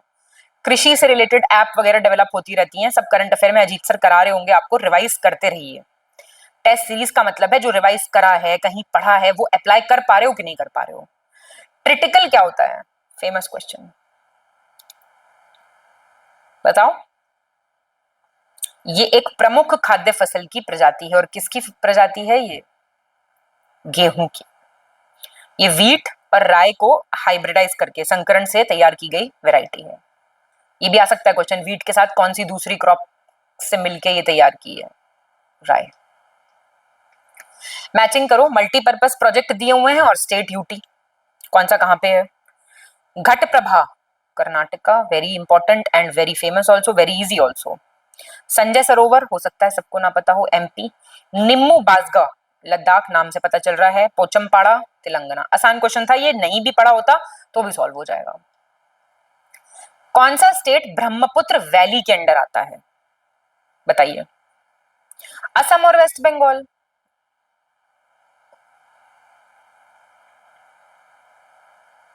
चार स्टेट्स का ग्रुप है, सिक्किम, असम, वेस्ट बंगाल, अरुणाचल प्रदेश। ये कौन से कंट्री की बाउंड्री टच करते हैं? देखिए, फिजिकल पॉलिटिकल मैप इंडिया का और यूपी का आपको पता होना चाहिए, ठीक है। ये भूटान की टच करते हैं, ठीक है। अरुणा मामी सर का एक वो भी है ट्रिक।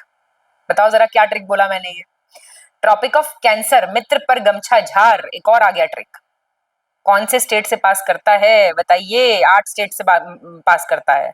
त्रिपुरा, गमछा मित्र, मित्र पर गमछा झार का त्र है ये। समझ गए वाला question? Abuja is the capital of which country? Countries की कैपिटल तो एटलीस्ट पता होनी ही चाहिए। नाइजीरिया। बहरीन की बताओ। मनामा, किर्गिस्तान की बिश्केक, मैप जो पढ़ेगा रोज एटलस, लाओस की वियंतियाने, क्या स्पेलिंग होगी, ये होगी। एटलस देखा करो बैठ के, तो सारी याद हो जाएंगी, एक भी नहीं छूटेगी, और ये क्वेश्चन बिल्कुल नहीं छूटना चाहिए। पासेस आ गए, अब नॉट करेक्टली मैथ पूछ रहा है।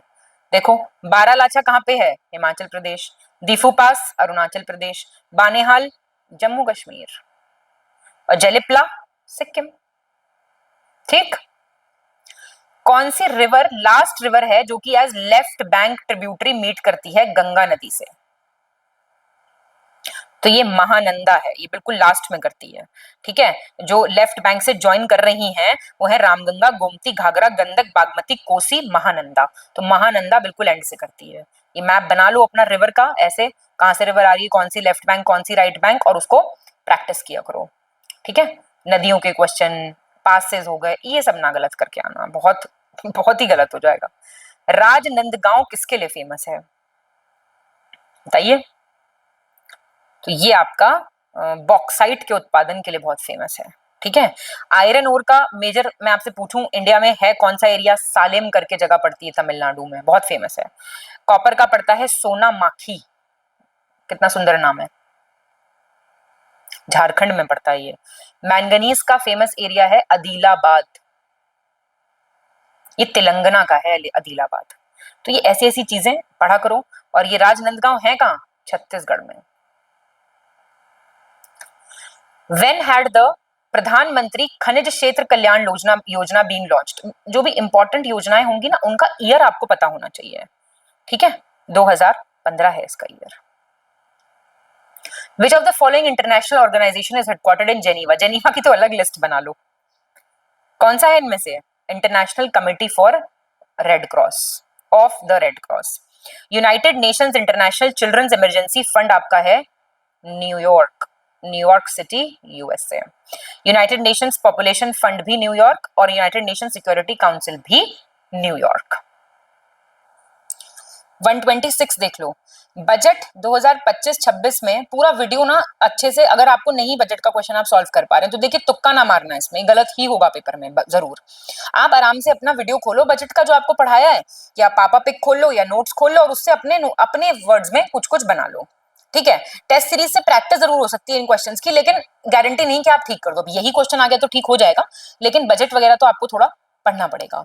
तो इसमें जो प्रपोज डेवलपमेंट मेजर्स हैं, 10 ब्रॉड एरियाज हैं जो रखे गए हैं पुअर यूथ फार्मर्स के लिए, कौन सा इसमें से नहीं है? Accelerating agricultural growth, improving health services, supporting MSMEs, promoting exports, कौन सा हो जाएगा? तो आपका बी नहीं है। ठीक है, बाकी है। अब ये रॉन्ग पूछ रहा है। उत्तर प्रदेश बजट 2025-26 का प्रोविजन किया गया है 250 करोड़ का zero poverty Uttar Pradesh campaign के लिए। 152 करोड़ का प्रोविजन है क्रिटिकल गैप स्कीम के लिए, और 1200 करोड़ रुपए का प्रोविजन है chief minister housing scheme rural के लिए। तो देखो ये सारी बातें सही है, मतलब आंसर डी हो जाएगा इसका, लेकिन ये थोड़ा पढ़ लो, है ना। अब 250 करोड़ किसके लिए है, 152 किसके लिए, 1200 देखो बड़ा अमाउंट है, किसके लिए है। ठीक है जी, तो अब ये आप अपना सॉल्व कर सकते हैं क्वेश्चन। ये मिसिंग नंबर सेकेंड, ये मिसिंग नंबर पूछ रहा है, तो बताइए जरा आंसर क्या होगा इसका, और इसका मुझे मेथड बताइए आप। 128, अब खुद भी तो कुछ सॉल्व करो। चलिए मैं आंसर बता देती हूँ आपको कैसे आया ये आप बताइए कमेंट करके। अब ये नंबर सीरीज में रॉन्ग पूछ रहा है, 33, 23, 95, 479, कौन सा गलत हो जाएगा? तो ये आपका 2878 गलत हो जाएगा, इसकी जगह 2879 होगा। और आपको चुनना है RTS UWV XZY PRQ, ये ऊपर ऐसे ऐसे करके देख लो, तो आपका PSQ गलत होगा। QRTS पूरी ABCD लिख के उनके नीचे नंबरिंग कर लिया करो। डिक्शनरी में अरेंज करने वाला, तो इसमें क्या है, रेशियो हो जाएगा। तो ये बोल रहा है थर्ड प्लेस पे कौन सा आएगा। ऐसे कितने दो हैं जिनके ठीक पहले एक है और ठीक बाद में 3 है, गिन लो कितने हैं, 3 हैं आप ऐसे। कौन सा वर्ड टेक्निक से नहीं बन सकता? बहुत सिंपल क्वेश्चन है ये, क्वांट नहीं बनेगा। UANT नहीं बनेगा। लाइफ जैसे डेथ से रिलेटेड है, ऐसी होप किससे रिलेटेड है? डेस्पेयर, निराशा। ठीक है, किसी कोड में बोर को 10 लिख रहे हैं, BORE, तो इनको देख लो, B 2 पे आता है, प्लस O किस पे आता है, 15 प्लस 18 प्लस E आएगा 5 पे, इसको 4 से डिवाइड करना है क्योंकि 1 2 3 4 है इसमें, तो 10 आ जाएगा। ऐसी आफ्टर आपका 1 प्लस 6 प्लस 20 प्लस कितना हो जाएगा, TE 5 और 18, और इसको आप डिवाइड कर देंगे 5 से तो आपका 12 आ जाएगा आंसर। ट्राइंगल्स गिनने वाला क्वेश्चन है, तो इसमें आप गिनेंगे तो आपको 13 ट्राइंगल्स मिल जाएंगे। इन सीजन्स को मैंने ये आपको एक टेस्ट में पहले भी करा चुकी हूँ, ये तो आपको एक बार याद करना ही पड़ेगा। आपको इन्हें क्रोनोलॉजी से अरेंज करना है, तो इसका आंसर आपका C हो जाएगा। ठीक है, वसंत, ग्रीष्म, वर्षा, शरद, हेमंत और शिशिर। कितने नंबर्स हैं 0 से 9 तक के बीच में जो सेम लगते हैं जब उनको वाटर इमेज में देखते हैं? तो वाटर इमेज में ऊपर का नीचे दिखता है ना, और मिरर इमेज में लेफ्ट का राइट दिखता है। तो 3 नंबर हैं ऐसे, 3, 8 और 0। अब इनको उल्टा देखोगे तो वही दिखेंगे, तो 3 आंसर हो गया ना हमारा। इनमें से कौन सा बाकी 3 से अलग है? इंसेक्ट, कैटरपिलर, निम्फ और लार्वा। तो ये इंसेक्ट अलग हो गया ना, ये बच्चे हैं। कैटरपिलर किसका बच्चा है बताओ मुझे? तितली का, बटरफ्लाई का। निम्फ किसका बच्चा है, बच्चा होता है? बेबी किसका होता है? कॉकरोच का। और इंसेक्ट का बच्चा लार्वा होता है। तो ये तो तीनों बच्चे हो गए ना, ये पापा मम्मी हो गए। पापा मम्मी में से कोई ऑड बताना है आपको इस ग्रुप में से, बताओ। D हो जाएगा। तमिलनाडु में है ये सिटी, और ये तीनों कहां पे हैं? ये केरला में है। तो दिक्कत, तो देखो ये वाले क्वेश्चंस आप प्रैक्टिस करते रहो। बाकी सारी चीजें जो भी आपको लगे, टेस्ट के मार्क्स जरूर से जरूर कमेंट करके बताओ। इसी के साथ यहाँ पे हमारा टेस्ट खत्म हो जाता है, मतलब 140 क्वेश्चंस हम यहाँ पे ये कर लेते हैं। हिंदी के क्वेश्चंस प्रैक्टिस करो, पूरे टेस्ट का स्कोर बताओ, क्योंकि सब कुछ लेटेस्ट ट्रेंड और पैटर्न के हिसाब से हो रहा है यहाँ पे प्रैक्टिस। अब ये आपके ऊपर है कि आप इसको बेस्ट यूज कैसे करते हैं। 3 वीडियोस हमने कंप्लीट कर लिए थे और उनमें आपने अच्छे खासे प्रश्नों का अभ्यास किया था। बहुत सारी नई चीज़ें आपको जानने के लिए मिली थी। अब ये जो चौथा मॉक टेस्ट आप देख रहे हैं, इसमें भी हम उसी क्रम में शुरू करेंगे। 10-10 प्रश्न देखेंगे हर एक सेगमेंट से, जो कि सिलेबस का आपके दिया हुआ है। तो हमारा जो एक तरीका है कि हम पर्यायवाची से आरंभ करते हैं, वैसे ही देखिए। हालांकि ये निश्चित नहीं है कि आयोग आपको शुरुआती 10 प्रश्न पर्यायवाची के देगा, फिर विलोम के 10 देगा, ऐसे नहीं। बहुत हो सकता है इसमें मिक्स करके दिए जाए। जैसे 2 प्रश्न आपके पर्यायवाची के हो गए, फिर 2 प्रश्न विलोम के हो गए, फिर 2 तद्भव तत्सम के हो गए। इस तरीके से भी दिया जा सकता है। तो किसी भी तरीके से दे, आप हल करने में सक्षम हो, बस इतना महत्वपूर्ण है। प्रश्न आपसे पूछ रहा है, पहला देखिए कि चांदनी, चांदनी जो शब्द है इसका उचित पर्याय क्या होगा। यहाँ कुछ शब्द दिए हैं, उसके लिए पर्यायवाची शब्द है। जात रूप है, चंद्रकला है, हिरण्य है और तामरस है।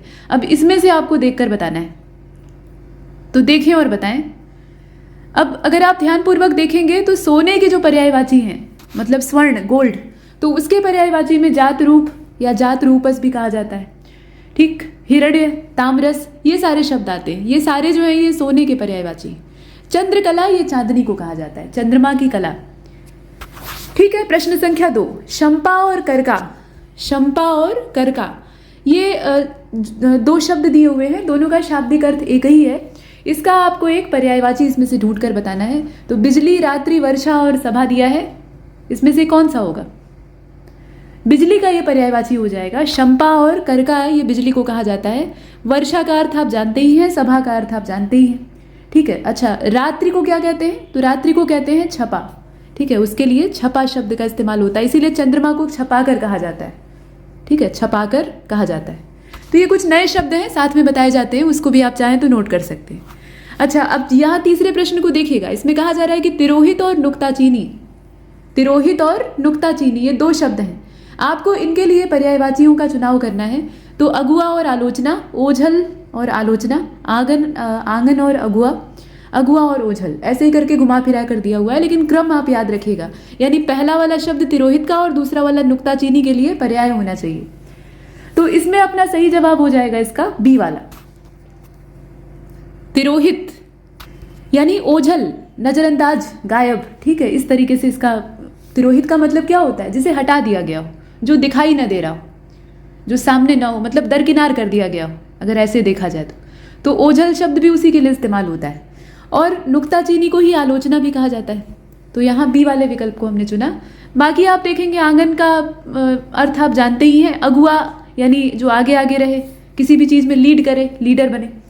अच्छा, इसके बाद चौथे प्रश्न में देखिएगा, इसमें लिखा गया है मराल और कारंडो, ठीक है, ये दो शब्द लिखे हुए हैं।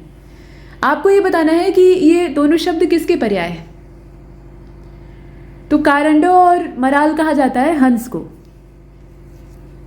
ठीक है, हंस को कहा जाता है, ध्यान दीजिएगा।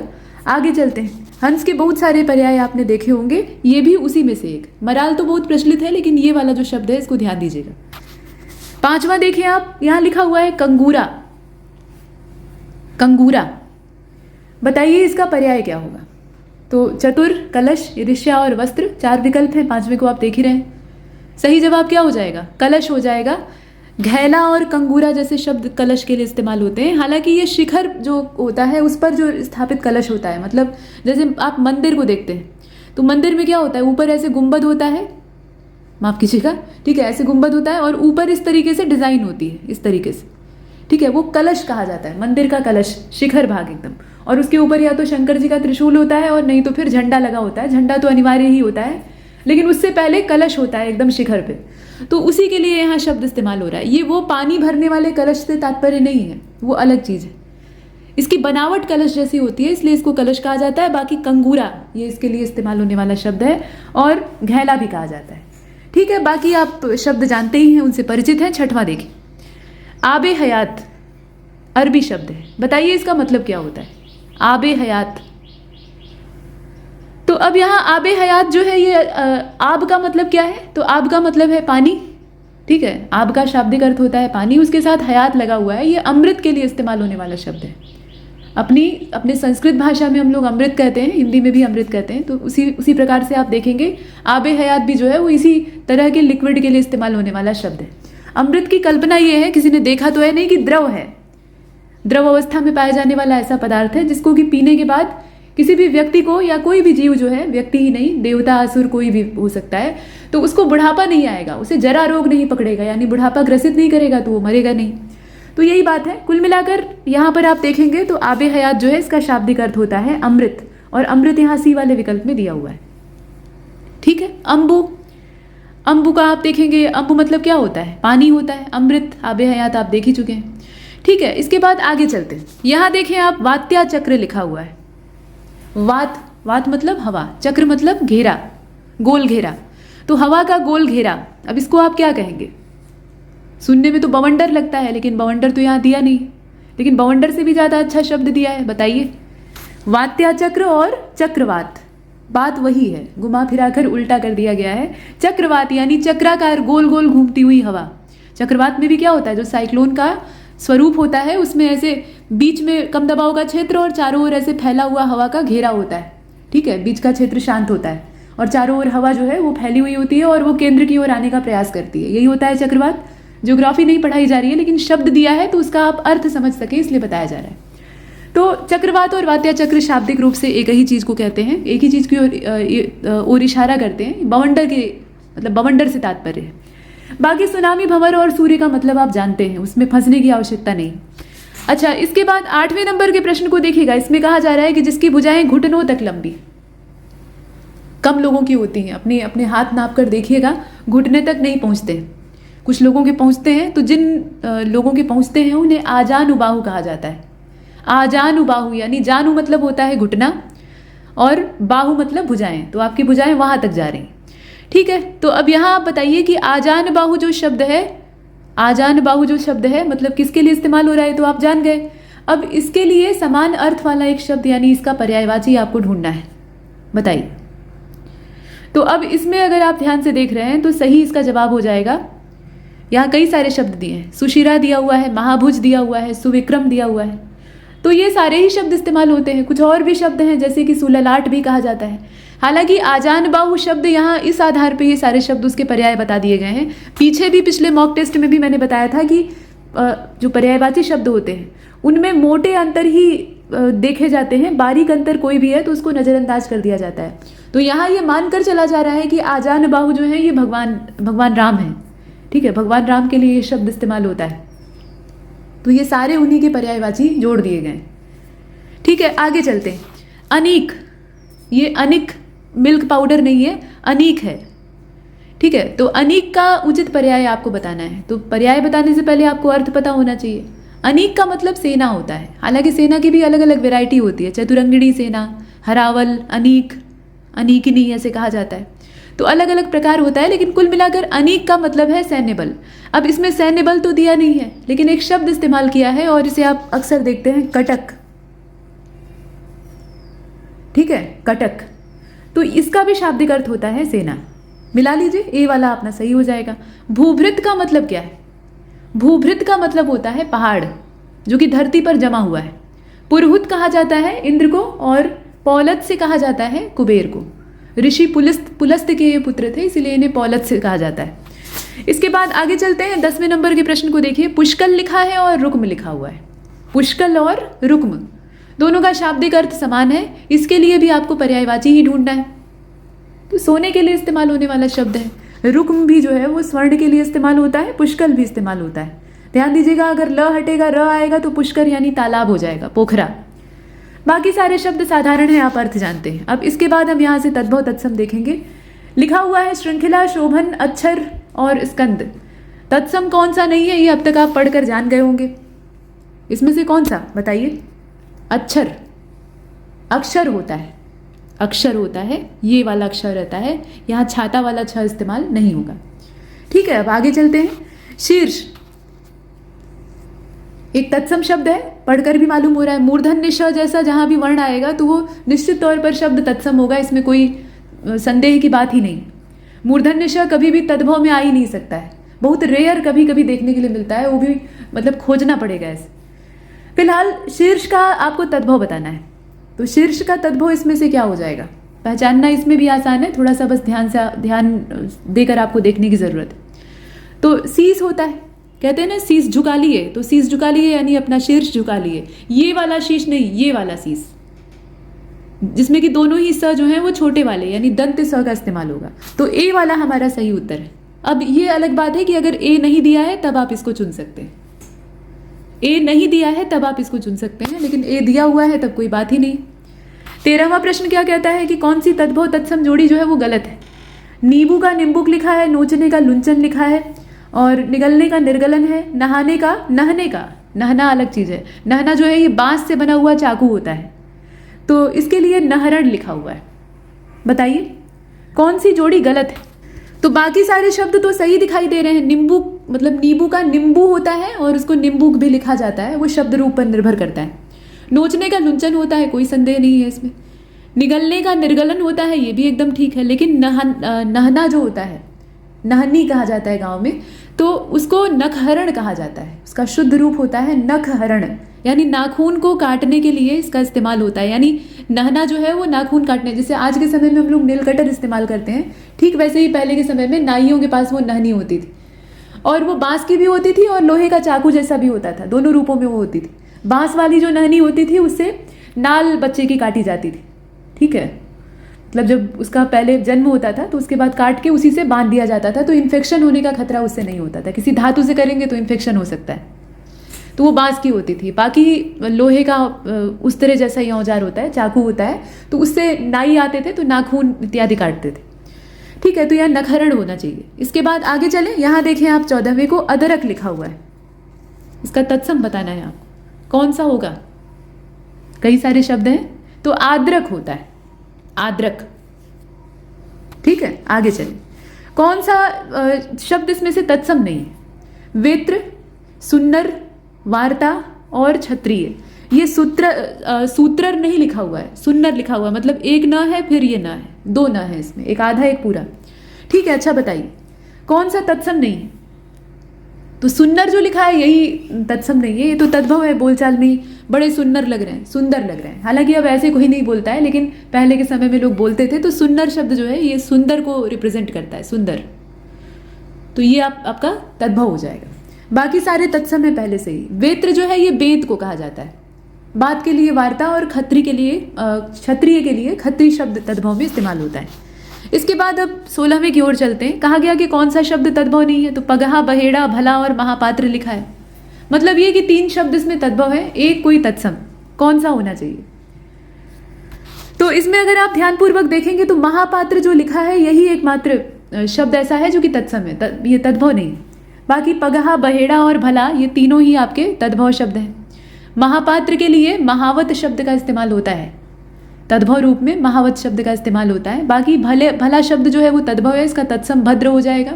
बहेड़े को विभीतिकी कहा जाता है, एक औषधि होती है, औषधीय पौधा होता है। पगहे का प्रग्रह होता है, पगहे को प्रग्रह कहा जाता है। 12वें प्रश्न में देखिएगा, माफ कीजिएगा 17वें प्रश्न में देखिएगा, हमने 16वां देखा।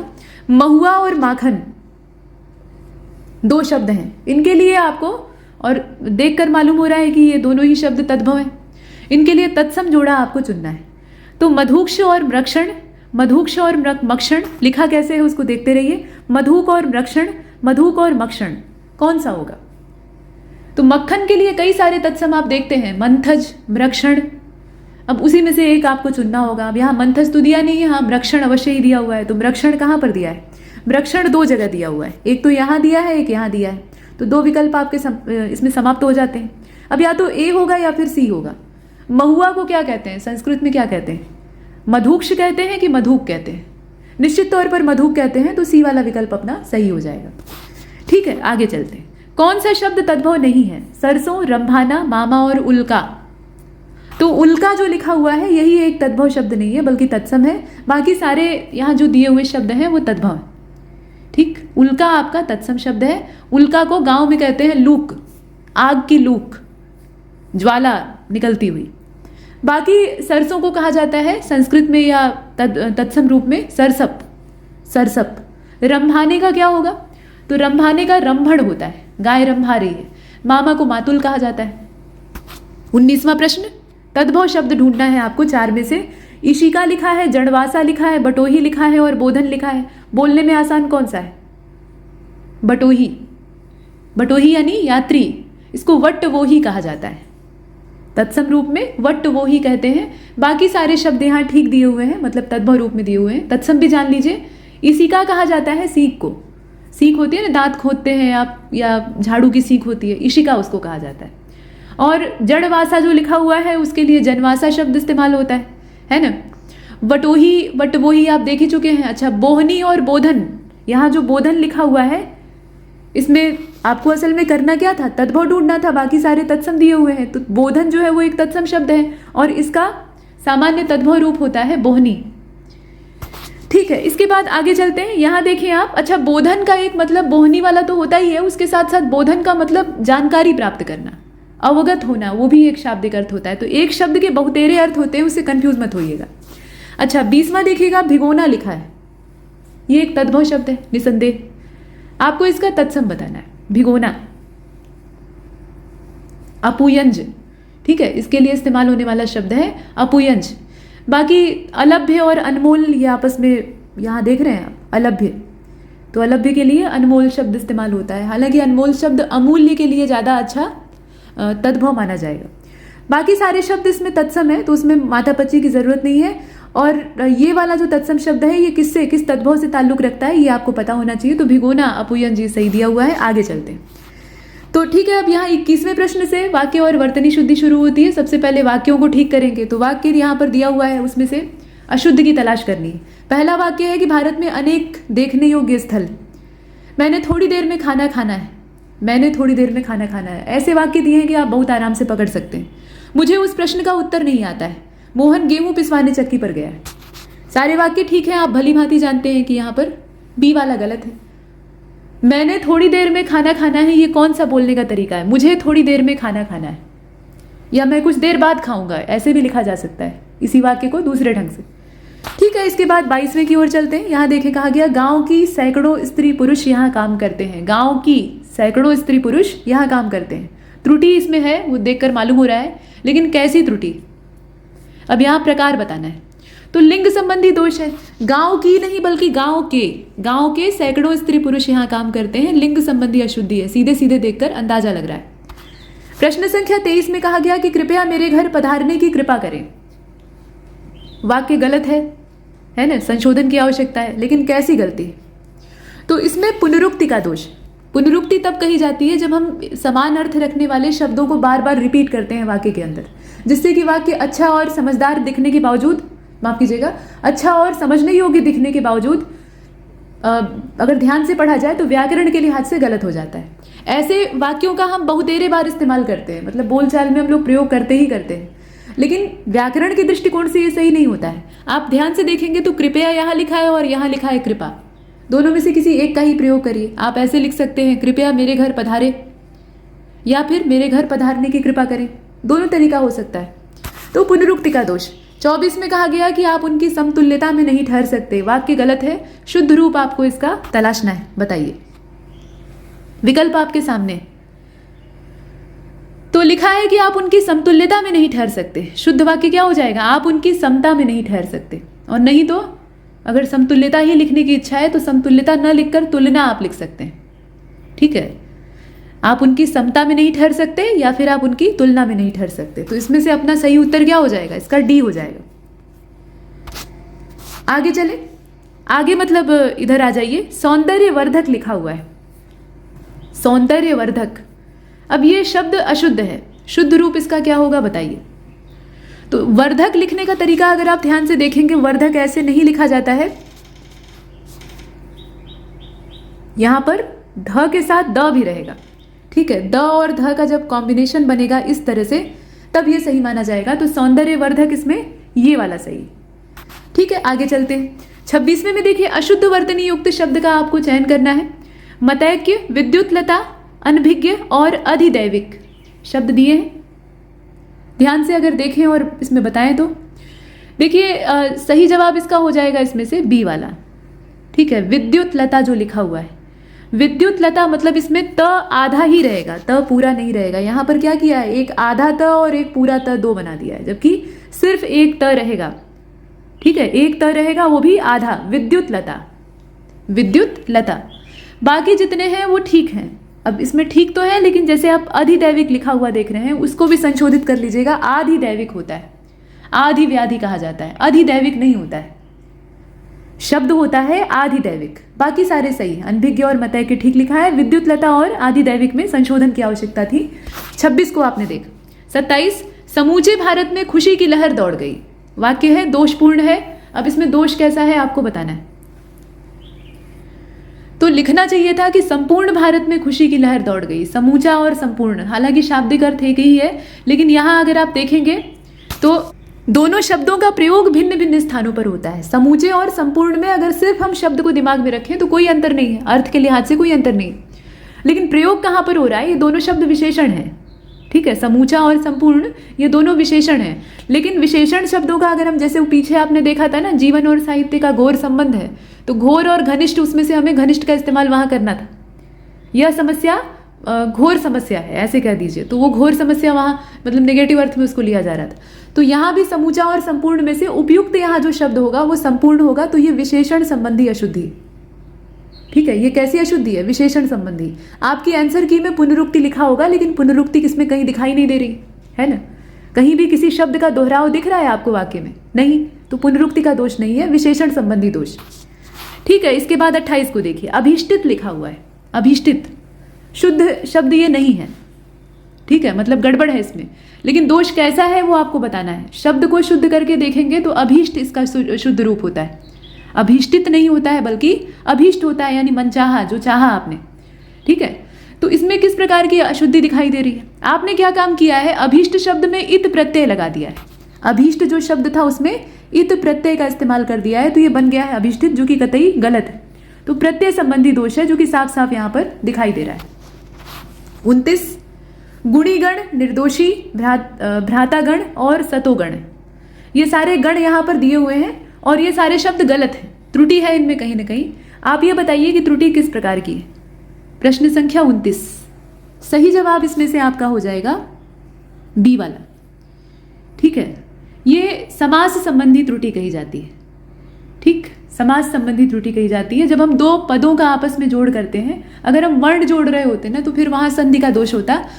समास जब हम करते हैं, मतलब समास में हम समस्त पद लिखते हैं पूर्व पद और उत्तर पद को जोड़कर, तो वहाँ भी संधि के नियम ही पालन किए जाते हैं। अगर दो पद आपस में जुड़ रहे हैं और उन दोनों पदों में निहित जो वर्ण है, अक्षर है, उनका आपस में मेल हो रहा है, तो समास के अंदर भी संधि के नियम काम करते हैं।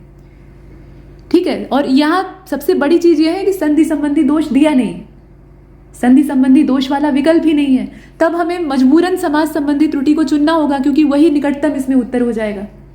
जब हम समस्त पद लिखने लगे तो गुणी और गण को जब जोड़ा ना, तो ये गुणीगण, अण पर छोटी की मात्रा हो जाएगी, गुणीगण हो जाएगा। निर्दोष होता है, निर्दोषी नहीं होता है। भ्रातागण नहीं होता है, बल्कि भ्रातृगण होता है। वैसे ही सत्वगण होता है, सतोगण नहीं होता है। इस तरीके से ये लिखा जाता है। तो अगर संज्ञा माफ कीजिएगा संधि संबंधी दोष लिखा होता है तो हम बेशक उसी को चुनते, फिर कोई डाउट की बात नहीं, लेकिन वो न होने की वजह से ऐसा किया जा रहा है। ठीक है, इसके बाद 30वें प्रश्न को देखिएगा। यहाँ अशुद्ध और शुद्ध युग्मों में से गलत का चुनाव करना है। तो परमौषधि लिखा हुआ है, फिर उसको सही करके किया गया है परमौषधि।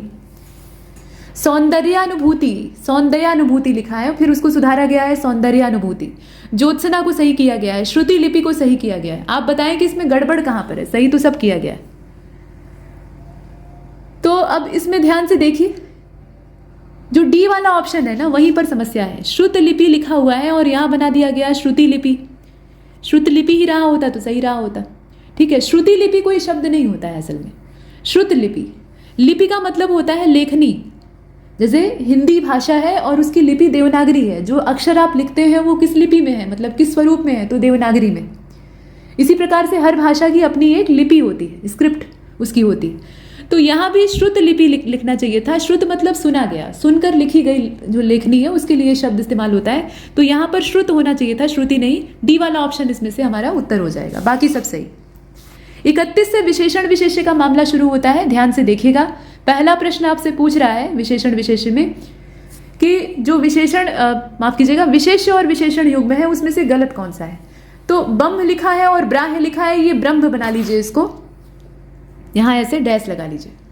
ठीक है, ये ब्रह्म यहाँ ऐसे लिखा है और यहाँ पर उसको बना दिया है ब्राह्म, नीचे इसके ऐसे र की मात्रा लगा लीजिए, अभी सही है। तो ये स्वरूप लिखा हुआ है, ब्रह्म से ब्राह्म बना, जीवन से जैविक बना, वैसे ही कोप से कुपित और कौटिल्य से कुटिल बन गया। ध्यान दीजिएगा, पहला शब्द विशेष्य होना चाहिए, दूसरा विशेषण होना चाहिए। अब बताइए इसमें गड़बड़ कहाँ पर है। तो निसंदेह इसमें गड़बड़ बी वाले विकल्प में है। जीवन से जो जैविक बना दिया है, जीवन से जीवित होता है, जीव से जैविक होता है। ठीक है, अगर जीव विशेष्य होता है तो उससे बनता है जैविक, ये जीवन से नहीं बनता है। जीवन से बनने वाला जो विशेषण है वो जीवित होता है। बाकी सारे सही है। आगे चलते हैं, ब्रह्म से ब्राह्म हो जाएगा, और भी बहुत सारे शब्द बनेंगे, लेकिन जो यहाँ दिया है उसकी बात करते हैं। तो ये वाला विकल्प अपना बाहर हो गया। 32 को देखिए, विशेष्य शब्द है कौन सा। स्नायविक लिखा है, वत्सल लिखा है, बुभुक्षा लिखा है, तरणीय लिखा है, बताएं इसमें से।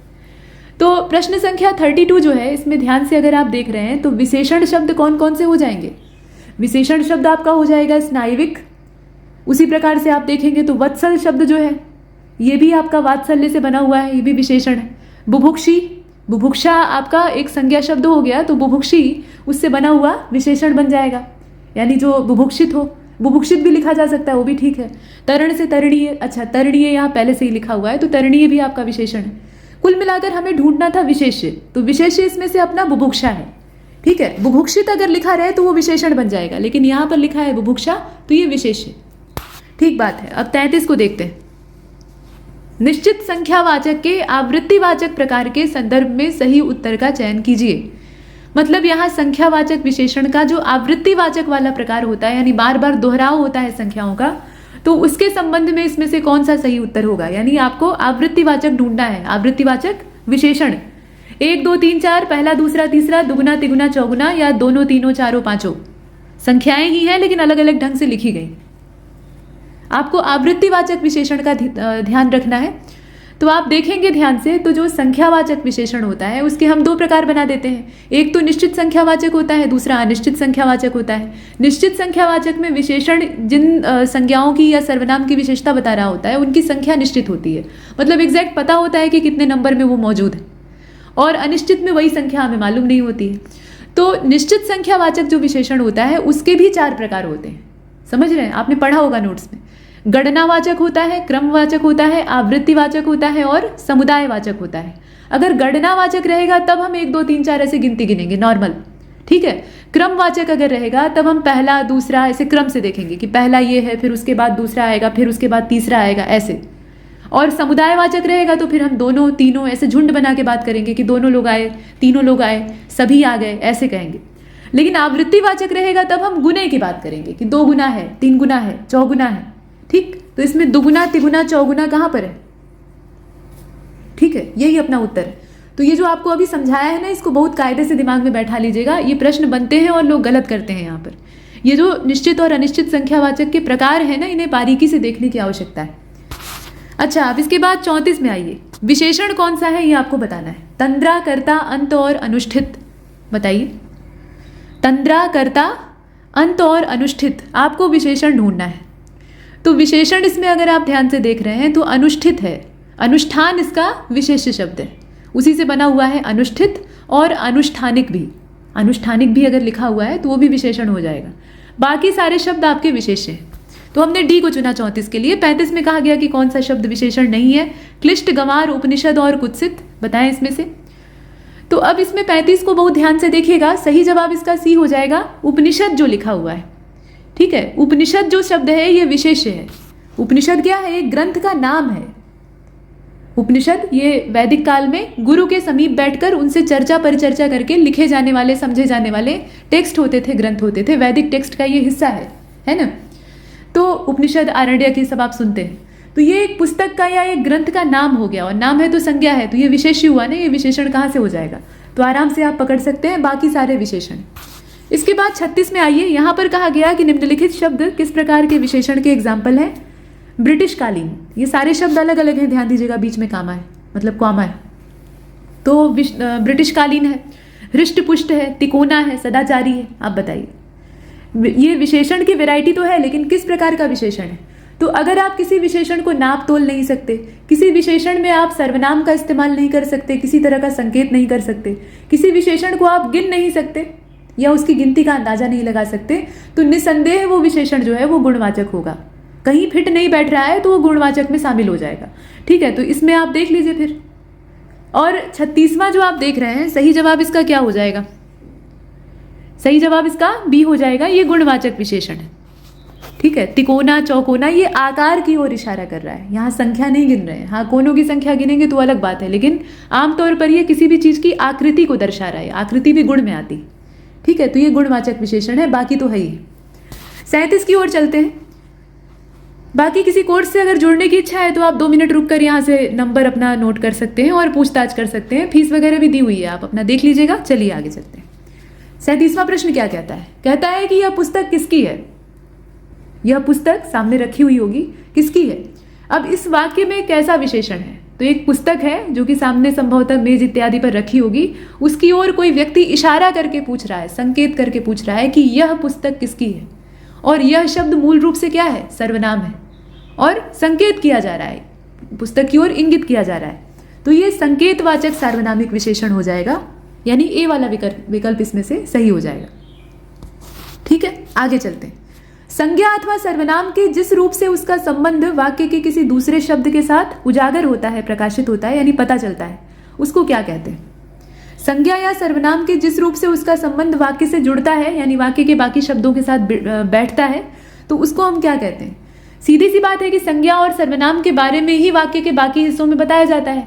तो संज्ञा और सर्वनाम की विशेषता बताने का काम कौन करता है, संज्ञा और सर्वनाम की विशेषता बताने का काम कौन करता है, बताइए। अब आप कहेंगे कि विशेषण करता है, लेकिन यहाँ पर संबंध जोड़ने की बात हो रही है, संबंध बताने की बात नहीं हो रही है, सिर्फ हमें कनेक्शन जोड़ना है। तो कनेक्शन अगर जोड़ना है तो उसके लिए काम आता है कारक। बहुत ध्यान से इस प्रश्न को देखिएगा, है तो ये विशेषण विशेष्य का ही, लेकिन उसमें कारक का घुसा दिया है, तो इससे आपको थोड़ी सी समस्या हो सकती है। बहुत से लोग इसमें विशेषण लगा कर आएंगे, लेकिन असल में ये कारक है। यहाँ पर अगर बारीकी से पढ़ा जाए तो संबंध मतलब किसी संज्ञा अथवा सर्वनाम का कनेक्शन सिर्फ जोड़ना है, ये नहीं कि हमें पूरे शब्द ले आके यहाँ चिपकाने। तो का, के, की, के लिए, मैं, पर, इस तरह के जो शब्द इस्तेमाल होते हैं कनेक्शन बिठाने के लिए, जोड़ने के लिए, वो कारक में आते हैं, तो यहाँ कारक हो जाएगा। इसके बाद 39 को देखिएगा। जुझार से जुझारू, कत्था से कत्थई, चेष्टा से चेष्टित, श्याम से श्यामली। विशेष्य बाईं तरफ है, विशेषण दाहिनी तरफ है, लेफ्ट राइट का इसमें कॉम्बिनेशन है। बताइए कि कौन सा जोड़ा गलत है? कोई एक गलत है इसमें से। गलत अपना डी वाला है, देखकर मालूम हो रहा है। श्याम से श्यामली नहीं बल्कि श्यामल होता है, ठीक है। और श्यामल शब्द दोनों लिंगों के लिए इस्तेमाल होता है, ये नहीं कि श्यामल और श्यामली उसमें हम स्त्रीलिंग और पुल्लिंग बना रहे हैं। मतलब इसमें श्यामली जैसा कोई शब्द नहीं होता है। ठीक है कि श्यामली नाम आपको सुनने के लिए मिल जाता है, लेकिन वो बनाया हुआ नाम है। हिंदी व्याकरण के दृष्टिकोण से श्यामली कोई शब्द नहीं, श्यामल शब्द होता है, वो स्त्री पुरुष दोनों के लिए इस्तेमाल होता है। तो यहाँ विशेषण का स्वरूप ही गलत दिया है और ये डी वाला ऑप्शन, बाकी सारे सही। आगे चलते हैं। 40वां और अंतिम विशेषण विशेष्य का प्रश्न सीधे सीधे आपसे विशेषण पूछ रहा है। कर्म, पांसु, उपकृत और अनासक्ति दिया है, देखकर बताएं। सही जवाब क्या हो जाएगा? इसका सी हो जाएगा। उपकृत जो लिखा हुआ है, हमें विशेषण ढूंढना था ना, तो उपकार मूल शब्द होता है और उसी से बना हुआ है उपकृत, तो उपकृत अपना विशेषण हो जाएगा। बाकी सारे इसमें विशेष्य। अनासक्ति एक विशेष्य शब्द है, उससे बनता है विशेषण अनासक्त। वैसे ही कर्म से कर्मठ, पांसु से पांसुल। चलिए 40 तक हमने विशेषण विशेष्य को किया है। 41 से हम विलोम शब्दों को देखेंगे। ज्वलित लिखा हुआ है, ज्वलित मतलब जला हुआ। आप बताइए कि इसका उल्टा क्या होगा? तो जला हुआ का फिर शांत हो जाएगा, तो इसमें शमित होना चाहिए, लेकिन शमित का ही दूसरा सरल रूप शांत भी दिया है। तो फिर हमें डी को चुनना चाहिए कि भाई एकाधिक सत्य हैं, एक से ज़्यादा इसमें सही है, तो डी वाला। 42 की ओर चलते हैं। कौन सा विलोम युग्म अशुद्ध है? बहुधा, यहाँ बहुधा नहीं होगा, बहुधा होगा, ध रहेगा, द नहीं। फिलहाल बहुधा का यदा कदा, कृपण का दानी, निराधार का आधार और दृढ़ का दोलित। दोलित मतलब हिलता डुलता और दृढ़ मतलब स्थिर। आप बताइए विलोम में कहाँ पर गड़बड़ है? तो गड़बड़ इसके सी वाले में। निराधार का साधार होगा, निराधार मतलब जिसके पास कोई आधार ना हो, बेठिकाना, तो इसका साधार हो जाएगा, आधार नहीं हो जाएगा। साधार में स और आधार ये दोनों एक साथ मिले हुए हैं। खाली आधार लिखने से काम नहीं चलेगा, उसके साथ स लगाना पड़ेगा, तो बनेगा साधार। ये दीर्घ संधि के नियमानुसार, मतलब आधार सहित। तो सी वाला ऑप्शन इसमें गलत है, बाकी सारे सही। 43वें में कहा गया कि अशुद्ध कौन सा है विलोम युग्म? तो द्वेष का राग दिया है, याचक का साधक है, प्रचुर का अल्प है और अथ का इति। 43 सही जवाब इसका बी हो जाएगा। याचक का जो साधक दिया हुआ है वहीं पर समस्या है। याचक का दाता होना चाहिए, याचना करने वाला और देने वाला। साधक का क्या होना चाहिए बताइए? तो साधक का फिर कुछ भी हो सकता है, असंयमी हो सकता है, साधना में कोई लीन है, असाधक भी हो सकता है, असाधक भी शब्द हो सकता है, कोई दिक्कत नहीं, उसमें आप उपसर्ग लगा दीजिए। और भी कई सारे शब्द हैं। फिलहाल याचक का दाता होता है, बाकी सारे इसमें सही युग्म दिए हैं, तो उनको आप देख सकते हैं। 44 की ओर चलते हैं। प्रश्न में पूछा गया कि कौन सा विलोम युग्म अशुद्ध है? आरोहण का अवरोहण लिखा है, हेय का शूल्य लिखा है, पहने का बोथरा लिखा है और टकैत का धनी। देखें और बताएं। डी वाला जो इसमें लिखा है ना, ये आपस में समानार्थी हो जाएगा। जो दो शब्द लिखे हुए हैं टकैत और धनी, दोनों का शाब्दिक अर्थ एक ही होता है। टकैत शब्द टका से बना हुआ है। टका एक मुद्रा मतलब पैसे की ओर इशारा करता है, जैसे बांग्लादेशी टका। तो वैसे ही अपने यहाँ अभी चांदी का और तांबे के जो सिक्के हैं चलते थे, मतलब दाम, टंका, जीतल, इस तरह के नाम आपने सुने ना मध्यकाल में। तो ये जो टंका या टका होता था, ये मुद्रा होती थी, पैसा होता था। तो टकैत का मतलब जिसके पास बहुत सारे टके हों, यानी पैसे वाला आदमी है। तो धनी से ही तात्पर्य है, शाब्दिक अर्थ दोनों का घुमा फिरा कर एक ही है। तो ये आपस में समानार्थी पर्यायवाची हो जाएंगे ना, विलोम कहाँ से होंगे? हाँ, टकैत का निर्धन होता तो सही होता। इसके बाद 45 को देखते हैं। कल्पनातीत लिखा हुआ है, कल्पनातीत का जो विलोम नहीं हो वो आपको ढूंढना है। तो कल्पनातीत का आप इसमें से देख लीजिए, काल्पनिक लिखा है, आश्चर्यजनक लिखा है, अगणनीय लिखा है, या एक से ज़्यादा भी सही हो सकते हैं। कैसे? तो 45 का डी वाला चुन लीजिए, एक से ज़्यादा सही है। भाई कल्पनातीत यानी जो कल्पना से परे है, मतलब उसकी आप कल्पना नहीं कर सकते। तो उसका उल्टा क्या होगा? जो कल्पना के दायरे में आता है, जैसे काल्पनिक, और काल्पनिक के साथ साथ कल्पनीय भी हो सकता है। कल्पनातीत का पर्याय क्या हो जाएगा? यहां पर हमें विलोम नहीं जो है वो बताना है, जो विलोम है वो नहीं। अगर विलोम चुनना होता तब तो आसान काम था, तब तो हम काल्पनिक को चुन लेते। जो विलोम नहीं हो वो चुनना है, तब एक से ज़्यादा की बात यहाँ हो रही है। तो असल में कल्पनातीत का जो पर्याय है, मतलब विलोम नहीं है, पर्याय है, उसमें आश्चर्यजनक हो सकता है, अगणनीय हो सकता है। ठीक है, कल्पनातीत यानी जो कल्पना से परे है, और जो चीज़ आपकी कल्पना से परे है उसको देखकर आपको अचंभा होगा, ये तो आश्चर्यजनक। ठीक है, वही बात है। ये सुनने में थोड़ा अजीब आपको लग रहा होगा, लेकिन दोनों का मतलब एक का है। ये विलोम आपस में नहीं बल्कि समानार्थी। वैसे ही इसमें अगणनीय शब्द है। ठीक है, ये भी क्या है, समानार्थी ही है। मतलब ऐसी चीज जिसकी कि आप गणना नहीं कर सकते, यानी गिनकर उसकी कल्पना नहीं कर सकते, तो वो भी क्या है, वो कल्पनातीत ही है। तो गहराई से अगर आप देखेंगे तो ये दो शब्द जो हैं ये कल्पनातीत के समानार्थी हैं, उसका विलोम नहीं है। तो हम डी को चुनते हैं कि एकाधिक सत्य। उम्मीद है कि आपको समझ में आया होगा। 46 की बात करते हैं। देखिए भाई, ये वीडियो रिकॉर्ड किया जा रहा है, आपके ग्रुप में ये पोस्ट भी किया जाएगा, तो उसके बाद भी अगर आपको कोई डाउट होता है तो अपने डिस्कशन ग्रुप में आप मुझे टैग करके पूछ सकते हैं कि आपने यहाँ पर ये बताया है, मुझे नहीं समझ में आया, एक बार फिर से बता दीजिए। तो आपको फिर से एक्सप्लेन कर दिया जाएगा। लेकिन जुलाई वाला जो एग्जाम होने वाला है ना, उसमें कम से कम ऐसे शब्द और ऐसे प्रश्न आए तो उसमें आपको गलती नहीं करनी। ठीक है, हमारा मूल उद्देश्य सारे ये क्रियाकलाप करने का वही है कि आपका सिलेक्शन हो, हिंदी की वजह से आपका सिलेक्शन ना रुके। तो 46 को देखें, कौन सा विलोम युग्म अशुद्ध है? विधि का दिया है निषेध, खिन्न का दिया है मुदित, विरल का दिया है सघन, और क्षुद्र का दिया है क्रुद्ध। एक तो क्षुद्र पहले से ही था और ऊपर से क्रुद्ध हो गया, तो सुनने में ही अटपटा लगता है। आप देखें इसमें से, इसका सही जवाब डी ही होगा। क्षुद्र का महान, क्षुद्र मतलब तुच्छ या छोटा, उसका महान, महान मतलब बड़ा। अब किस मामले में बड़ा है, अपने गुणों की वजह से बड़ा है या कोई और चीज उसके अंदर है?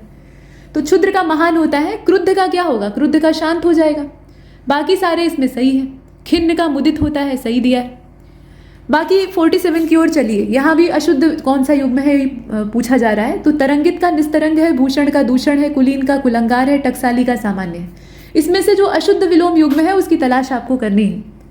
तो सी वाला ऑप्शन इसमें चुन लीजिए। देखिए, कुलीन का कुलंगार जो दिया हुआ है ये इसमें गलत है। हालांकि कुलीन का भी वही तात्पर्य है कि अच्छे कुल से संबंध रखने वाला, लेकिन अच्छे कुल से संबंध रख रहा है तो वो कुल के लिए अच्छे काम कर रहा है, ये आवश्यक नहीं है। कुल के लिए अच्छे काम करने वाला यानी अपने परिवार का नाम रोशन करने वाला, घर का चिराग यानी कुल दीपक।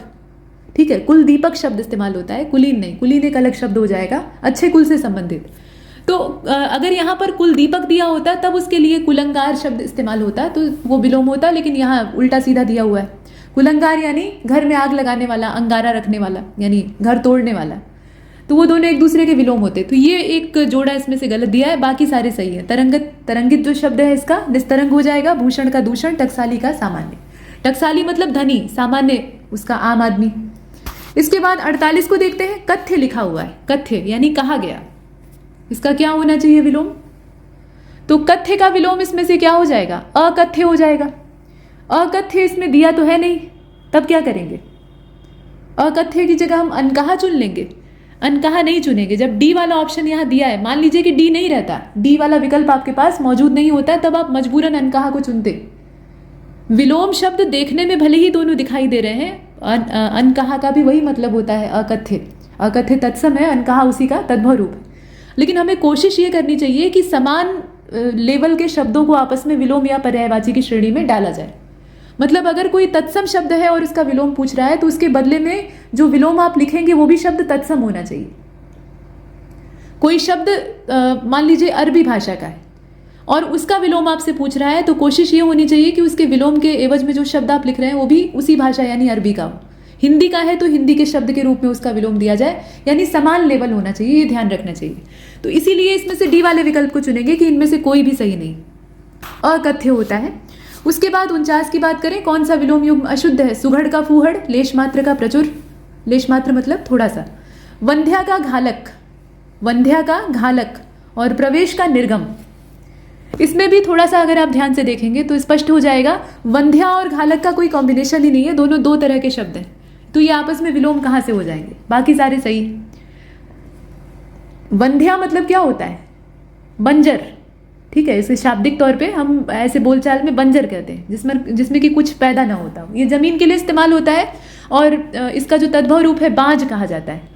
ठीक है, जमीन के लिए बंजर इस्तेमाल मतलब वंध्या शब्द दोनों रूप में इस्तेमाल होता है। तो अगर जमीन के लिए वंध्या शब्द इस्तेमाल हो रहा है कि वंध्या भूमि है, तो उसको हम कहेंगे बंजर जमीन है सामान्य बोलचाल में।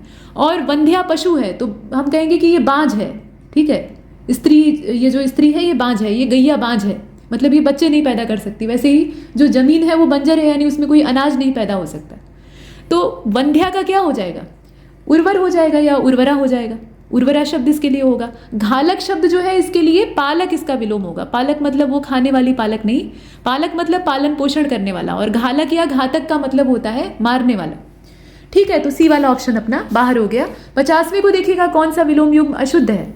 हर्ष का आह्लाद, स्याह का सफेद, स्याह का सफेद, सृष्टि का प्रलय और सूक्ष्म का स्थूल। 50 का ए वाला ही पकड़ लीजिए। हर्ष का आह्लाद कहाँ से हो जाएगा? ये तो समानार्थी हो गया, दोनों का तात्पर्य होता है प्रसन्नता। हर्ष का क्या होना चाहिए? विषाद होना चाहिए, यही बाहर है, बाकी सारे सही। 51 को देखिए, वाक्यांश हेतु एक शब्द ही दे दिया है, अर्थ आपसे पूछ रहा है, लिखा है सुमुत्सुक, सुम उत्सुक। अब बताइए इसका उचित अर्थ क्या है? थोड़ा खुश, उत्साहित, स्वेच्छायुक्त, कमजोर। तो सुमुत्सुक का मतलब क्या होता है? उत्साहित, ठीक है, और अच्छी खासी मात्रा में उत्साहित, मतलब उत्साह के अतिरेक में डूबा हुआ जो व्यक्ति है उसको सुमुत्सुक कहा जाता है। अगर सिर्फ उत्साहित चुनना होता तो हम उत्सुक को चुनते, लेकिन उत्सुक यहाँ दिया ही नहीं है, सुमुत्सुक लिखा है, तो वही मिलता जुलता अर्थ है, उत्साहित से तात्पर्य। इसके बाद 52 को देखते हैं, धीरोद्धत लिखा हुआ है। धीरोद्धत, धीर प्रशांत, धीर ललित, ठीक है, धीरोदात, इस तरह के जो शब्द है ना, ये भरत मुनि के नाट्यशास्त्र में नायकों की वैरायटी है, मतलब हीरो जो है उनकी वैरायटी है। हीरो भी अलग अलग गुण वाले होते हैं ना, कुछ मार धाड़ वाले होते हैं, कुछ ऐसे मतलब चॉकलेटी फेस वाले होते हैं। तो उसी तरीके से जो नाट्यशास्त्र है वहाँ भी वैरायटी है, नायिकाओं यानी हीरोइंस की भी है और हीरो की भी है। तो धीरोद्धत का मतलब क्या होता है? उद्धत मतलब होता है उजड़, धीर मतलब धैर्यवान। तो अब यहाँ पर ऐसा योद्धा जो कि धैर्यवान नहीं है, उसके अंदर गुण तो है लेकिन वो एक नंबर का उजड़ है, यानी अपने गुणों को दिखाए बिना उसको चैन नहीं आता है, ऐसा व्यक्ति। तो फिर अब इसमें से आप किसको चुनेंगे? शूरवीर लेकिन अभिमानी नायक, जो दिखावा करता है वो क्या होता है? घमंडी ही तो होता है, तो बी वाला विकल्प। इसके बाद आगे चलते हैं। अच्छा, इसमें और भी दिए हुए हैं, उनको भी जानना चाहिए ना, तो देख लीजिए भाई, धीरोद्धत और धीरोदात, इस तरह के जो शब्द हैं इनका अर्थ आपको पता होना चाहिए। धीरोदात का मतलब होता है कि सामर्थ्य आपके पास है लेकिन आप दयालु हैं, आप दिखावा पसंद नहीं करते हैं, मतलब शांत चित्त वाले हैं, आपके अंदर सारी क्वालिटीज़ मौजूद है, मतलब मौका सामने आए तो आप मारपीट करके विजय भी प्राप्त कर सकते हैं, और गुणों में भी आपको कोई जीत नहीं सकता है, लेकिन आप दिखावा नहीं करते, कोई ऐसे देख कर अंदाजा नहीं लगा पाएगा, तो उसको कहा जाता है धीरोदात। जैसे भगवान राम थे, अंदर सारे गुण थे लेकिन बाहर से एकदम साधारण दिखाई देते थे, मतलब एक तपस्वी की भूमिका में जंगल में ऐसे घूम रहे थे, तभी तो रावण अंदाजा नहीं लगा पाया, कहा कि ये साधारण मनुष्य ये क्या करेगा, है ना। और धीर ललित किसको कहा जाता है? तो शूरवीर व्यक्ति है लेकिन ललित जो कलाएं हैं, ललित कला का मतलब कि संगीत इत्यादि है, उसमें भी उसकी रुचि। जैसे हम कह सकते हैं कि महाराज कृष्णदेव राय या महाराज चंद्रगुप्त द्वितीय यानी विक्रमादित्य धीर ललित पुरुष थे या धीर ललित नायक थे, तो निश्चित तौर पर थे। बहादुर योद्धा भी थे, जैसे विजयनगर एम्पायर में आप कृष्णदेव राय को देखते हैं, या फिर गुप्त वंश में आप देखते हैं चंद्रगुप्त विक्रमादित्य को, है ना। तो इनके अंदर दोनों क्वालिटीज थी, मतलब गुण हर प्रकार से मौजूद था, तो धीर ललित उसे कहा जाता है। ठीक है, तो इसमें बी को हमने चुना। इसके बाद आइए 53 को देखिए, प्रांजलि लिखा हुआ है। प्रांजलि का मतलब क्या होता है? तो अंजलि आपने समझा है, अंजलि का मतलब हाथ ऐसे आप दोनों मिलाकर बीच में ऐसे जगह बनाते हैं, उसमें कोई चीज़ रोपने के लिए, इकट्ठा करने के लिए, या फिर फूल इत्यादि भर के सामने जो देवता है उनको अर्पित करते हैं, तो उसी से बना हुआ एक शब्द है प्रांजलि। प्रांजलि का मतलब होता है जो हाथ जोड़े हुए, हाथ जोड़े हुए जो खड़ा है उसकी अवस्था को कहा जाता है प्रांजलि, ठीक है। और जो कभी बूढ़ा नहीं होता उसको निर्जर कहा जाता है, और निर्जर कौन है? देवता है। क्यों है? क्योंकि उन्होंने अमृत पिया हुआ है। विशंभर, ठीक है, देवता अमृत पिए हैं, ध्यान दीजिएगा। भगवान जो त्रिदेव हैं उन्हें अमृत की आवश्यकता नहीं है, वो तो अमर ही है, अजन्मा है। देवता पैदा हुए हैं, कश्यप ऋषि की पत्नी से पैदा हुए हैं, तो उन्हें अमृत की आवश्यकता थी। विशंभर को देखिएगा, विशंभर शब्द का सही अर्थ क्या होगा बताइए? तो संपूर्ण विश्व का भरण पोषण करने वाले विशंभर कौन है? भगवान है। तो अब इसमें आप किसको चुनेंगे? 54 सही जवाब इसका हो जाएगा परमेश्वर, परमेश्वर, परम सत्ता। 55 को देखें, ऋण के बदले धरोहर के रूप में रखा गया दास, मतलब उस व्यक्ति ने या उसके परिवार ने, उसके पीछे के जो पूर्वज हैं उन्होंने कोई कर्जा ले रखा था और उस एवज में उसे वहां पर दास के रूप में रख लिया गया है, नियुक्त कर लिया गया है। तो ऐसे व्यक्ति को क्या कहा जाता है? 55 सही जवाब इसका सी हो जाएगा। इसे कहा जाता है आहितक। आहितक ये शब्द आपने संभवतः पहली बार सुना होगा, आहितक कहा जाता है।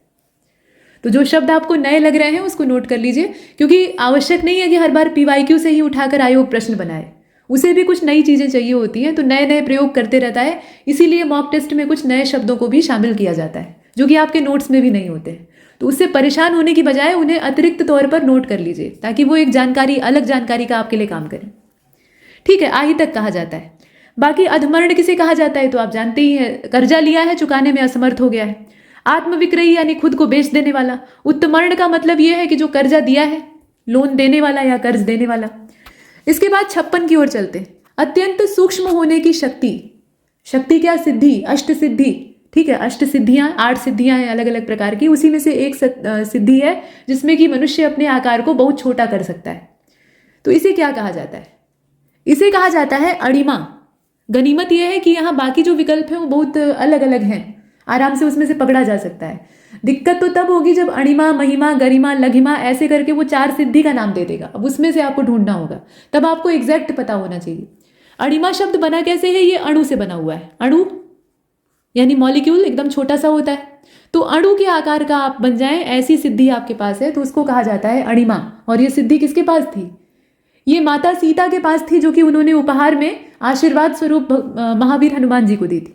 बाकी भगवान राम और अन्य जो देवता हैं या भगवान हैं उनके पास तो वही है, लेकिन हनुमान जी भगवान शिव के अंशावतार, उन्होंने वानर रूप में जन्म लिया था, तो उन्हें आशीर्वाद स्वरूप ये अष्ट सिद्धियां माता जानकी से प्राप्त हुई थी। तो अष्ट सिद्धि नवनिधि के दाता, और उन्हें ये आशीर्वाद भी मिला था कि 8 सिद्धियां तुम्हारे पास हैं और जो तुम्हारी भक्ति करेगा तुम उसे आशीर्वाद स्वरूप इन सिद्धियों को दे सकते हो। तो आप हनुमान जी की आराधना करें, संभव है कि आप भी ये सिद्धि प्राप्त कर लें। चलिए, तो अणिमा जो सिद्धि है इसका मतलब ही होता है कि छोटे आकार। अब इसका उपयोग हनुमान जी ने कहाँ किया था? जब लंका में प्रवेश करना था, लंकिनी की नजर से बचने के लिए उन्होंने एकदम मच्छर के समान, मशक समान रूप धारण किया था। उसके बावजूद लंकिनी की दृष्टि पड़ जाती। चलिए 57 को देखते हैं। गलत विकल्प का चयन कीजिए। पीने की इच्छा रखने वाला क्या है? पिपासु है। फल खाने की इच्छा, फलेच्छु। खाना खाने की इच्छा, बुभुक्षु। ठीक है, ये बुभुक्षु है, बुभुक्षु कोई शब्द नहीं होता। और मोक्ष की इच्छा रखने वाला मुमुक्षु। इसमें कहीं ना कहीं गलती है। कहाँ गलती? तो 57 को ध्यान से देखेंगे तो सी वाला ही गलत है भाई। खाने की इच्छा रखने वाला बुभुक्षु होता है, वही आपको बताया ना, यहाँ बुभुक्षु नहीं होगा, भ नहीं होगा बल्कि ब होगा। ठीक बात है, आगे चलते हैं। 58 को देखिए। जो अपने स्थान या स्थिति से अलग ना किया जा सके उसको क्या कहा जाएगा? तो उसको कहा जाएगा अच्युत। च्युत मतलब होता है हटाया हुआ। ठीक है, उसमें अ लगा दिया यानी उसे वहां से कोई हिला नहीं सकता। तो ऐसा कौन है जिसकी पोजीशन कोई छीन नहीं सकता? वो सिर्फ भगवान है, इसीलिए भगवान को अच्युत कहा जाता है। बाकी उद्भिज मतलब जो उत्पन्न हुआ है। अप्रमेय यानी जिसे कि प्रमाण द्वारा सिद्ध नहीं किया जा सकता। अखंडनीय अर्थात जिसका खंडन नहीं किया जा सकता। तो सीधे सीधे 59 को देखिए, अंतराय लिखा हुआ है। अंतराय। अब ये जो शब्द है इसका आपको बताना है कि मतलब क्या होगा, सटीक अर्थ इसका क्या होगा। तो अंतराय का मतलब क्या होता है? विघ्न या बाधा। विघ्न ऊपर ही दिया है, आप चुन लीजिए। ये शब्द देखिए, ठीक है। अवतरण और आविर्भाव ये आपस में समानार्थी हो जाएंगे। आविर्भाव और अवतरण दोनों शब्दों का मतलब क्या होता है? आविर्भाव का भी वही मतलब होता है कि उत्पन्न होना, नीचे उतरना, और अवतरण का भी वही शाब्दिक अर्थ होता है। ठीक है, अब आगे चलते हैं। इसके बाद 60वां जो प्रश्न आप देख रहे हैं ये लिखा है मंतव्य। मंतव्य का मतलब क्या होता है? तो मंतव्य का मतलब होता है, देख लीजिए इसमें, सम्मति। ठीक है, सम्मति जो शब्द दिया है उसको पकड़ लीजिए। बाकी सारे शब्द इसमें मंतव्य के लिए निरर्थक है। जैसे उद्दंड है, निरंकुश है, अक्खड़ है, ये सब शब्द उच्च श्रृंखल व्यक्ति जो होता है, मतलब किसी की सुनता नहीं अपने मन वाली करता है, उसके लिए इस्तेमाल होते हैं। तो यहाँ पर हमने ये मॉक टेस्ट कंप्लीट किया है। थोड़ा सा यहाँ ज़्यादा समय ले लिया क्योंकि कुछ शब्द उनमें एक्सप्लेनेशन ज़रूरी थी, मतलब उनका अर्थ बताना आवश्यक था। तो इसमें इतना ही। तब तक के लिए नमस्कार।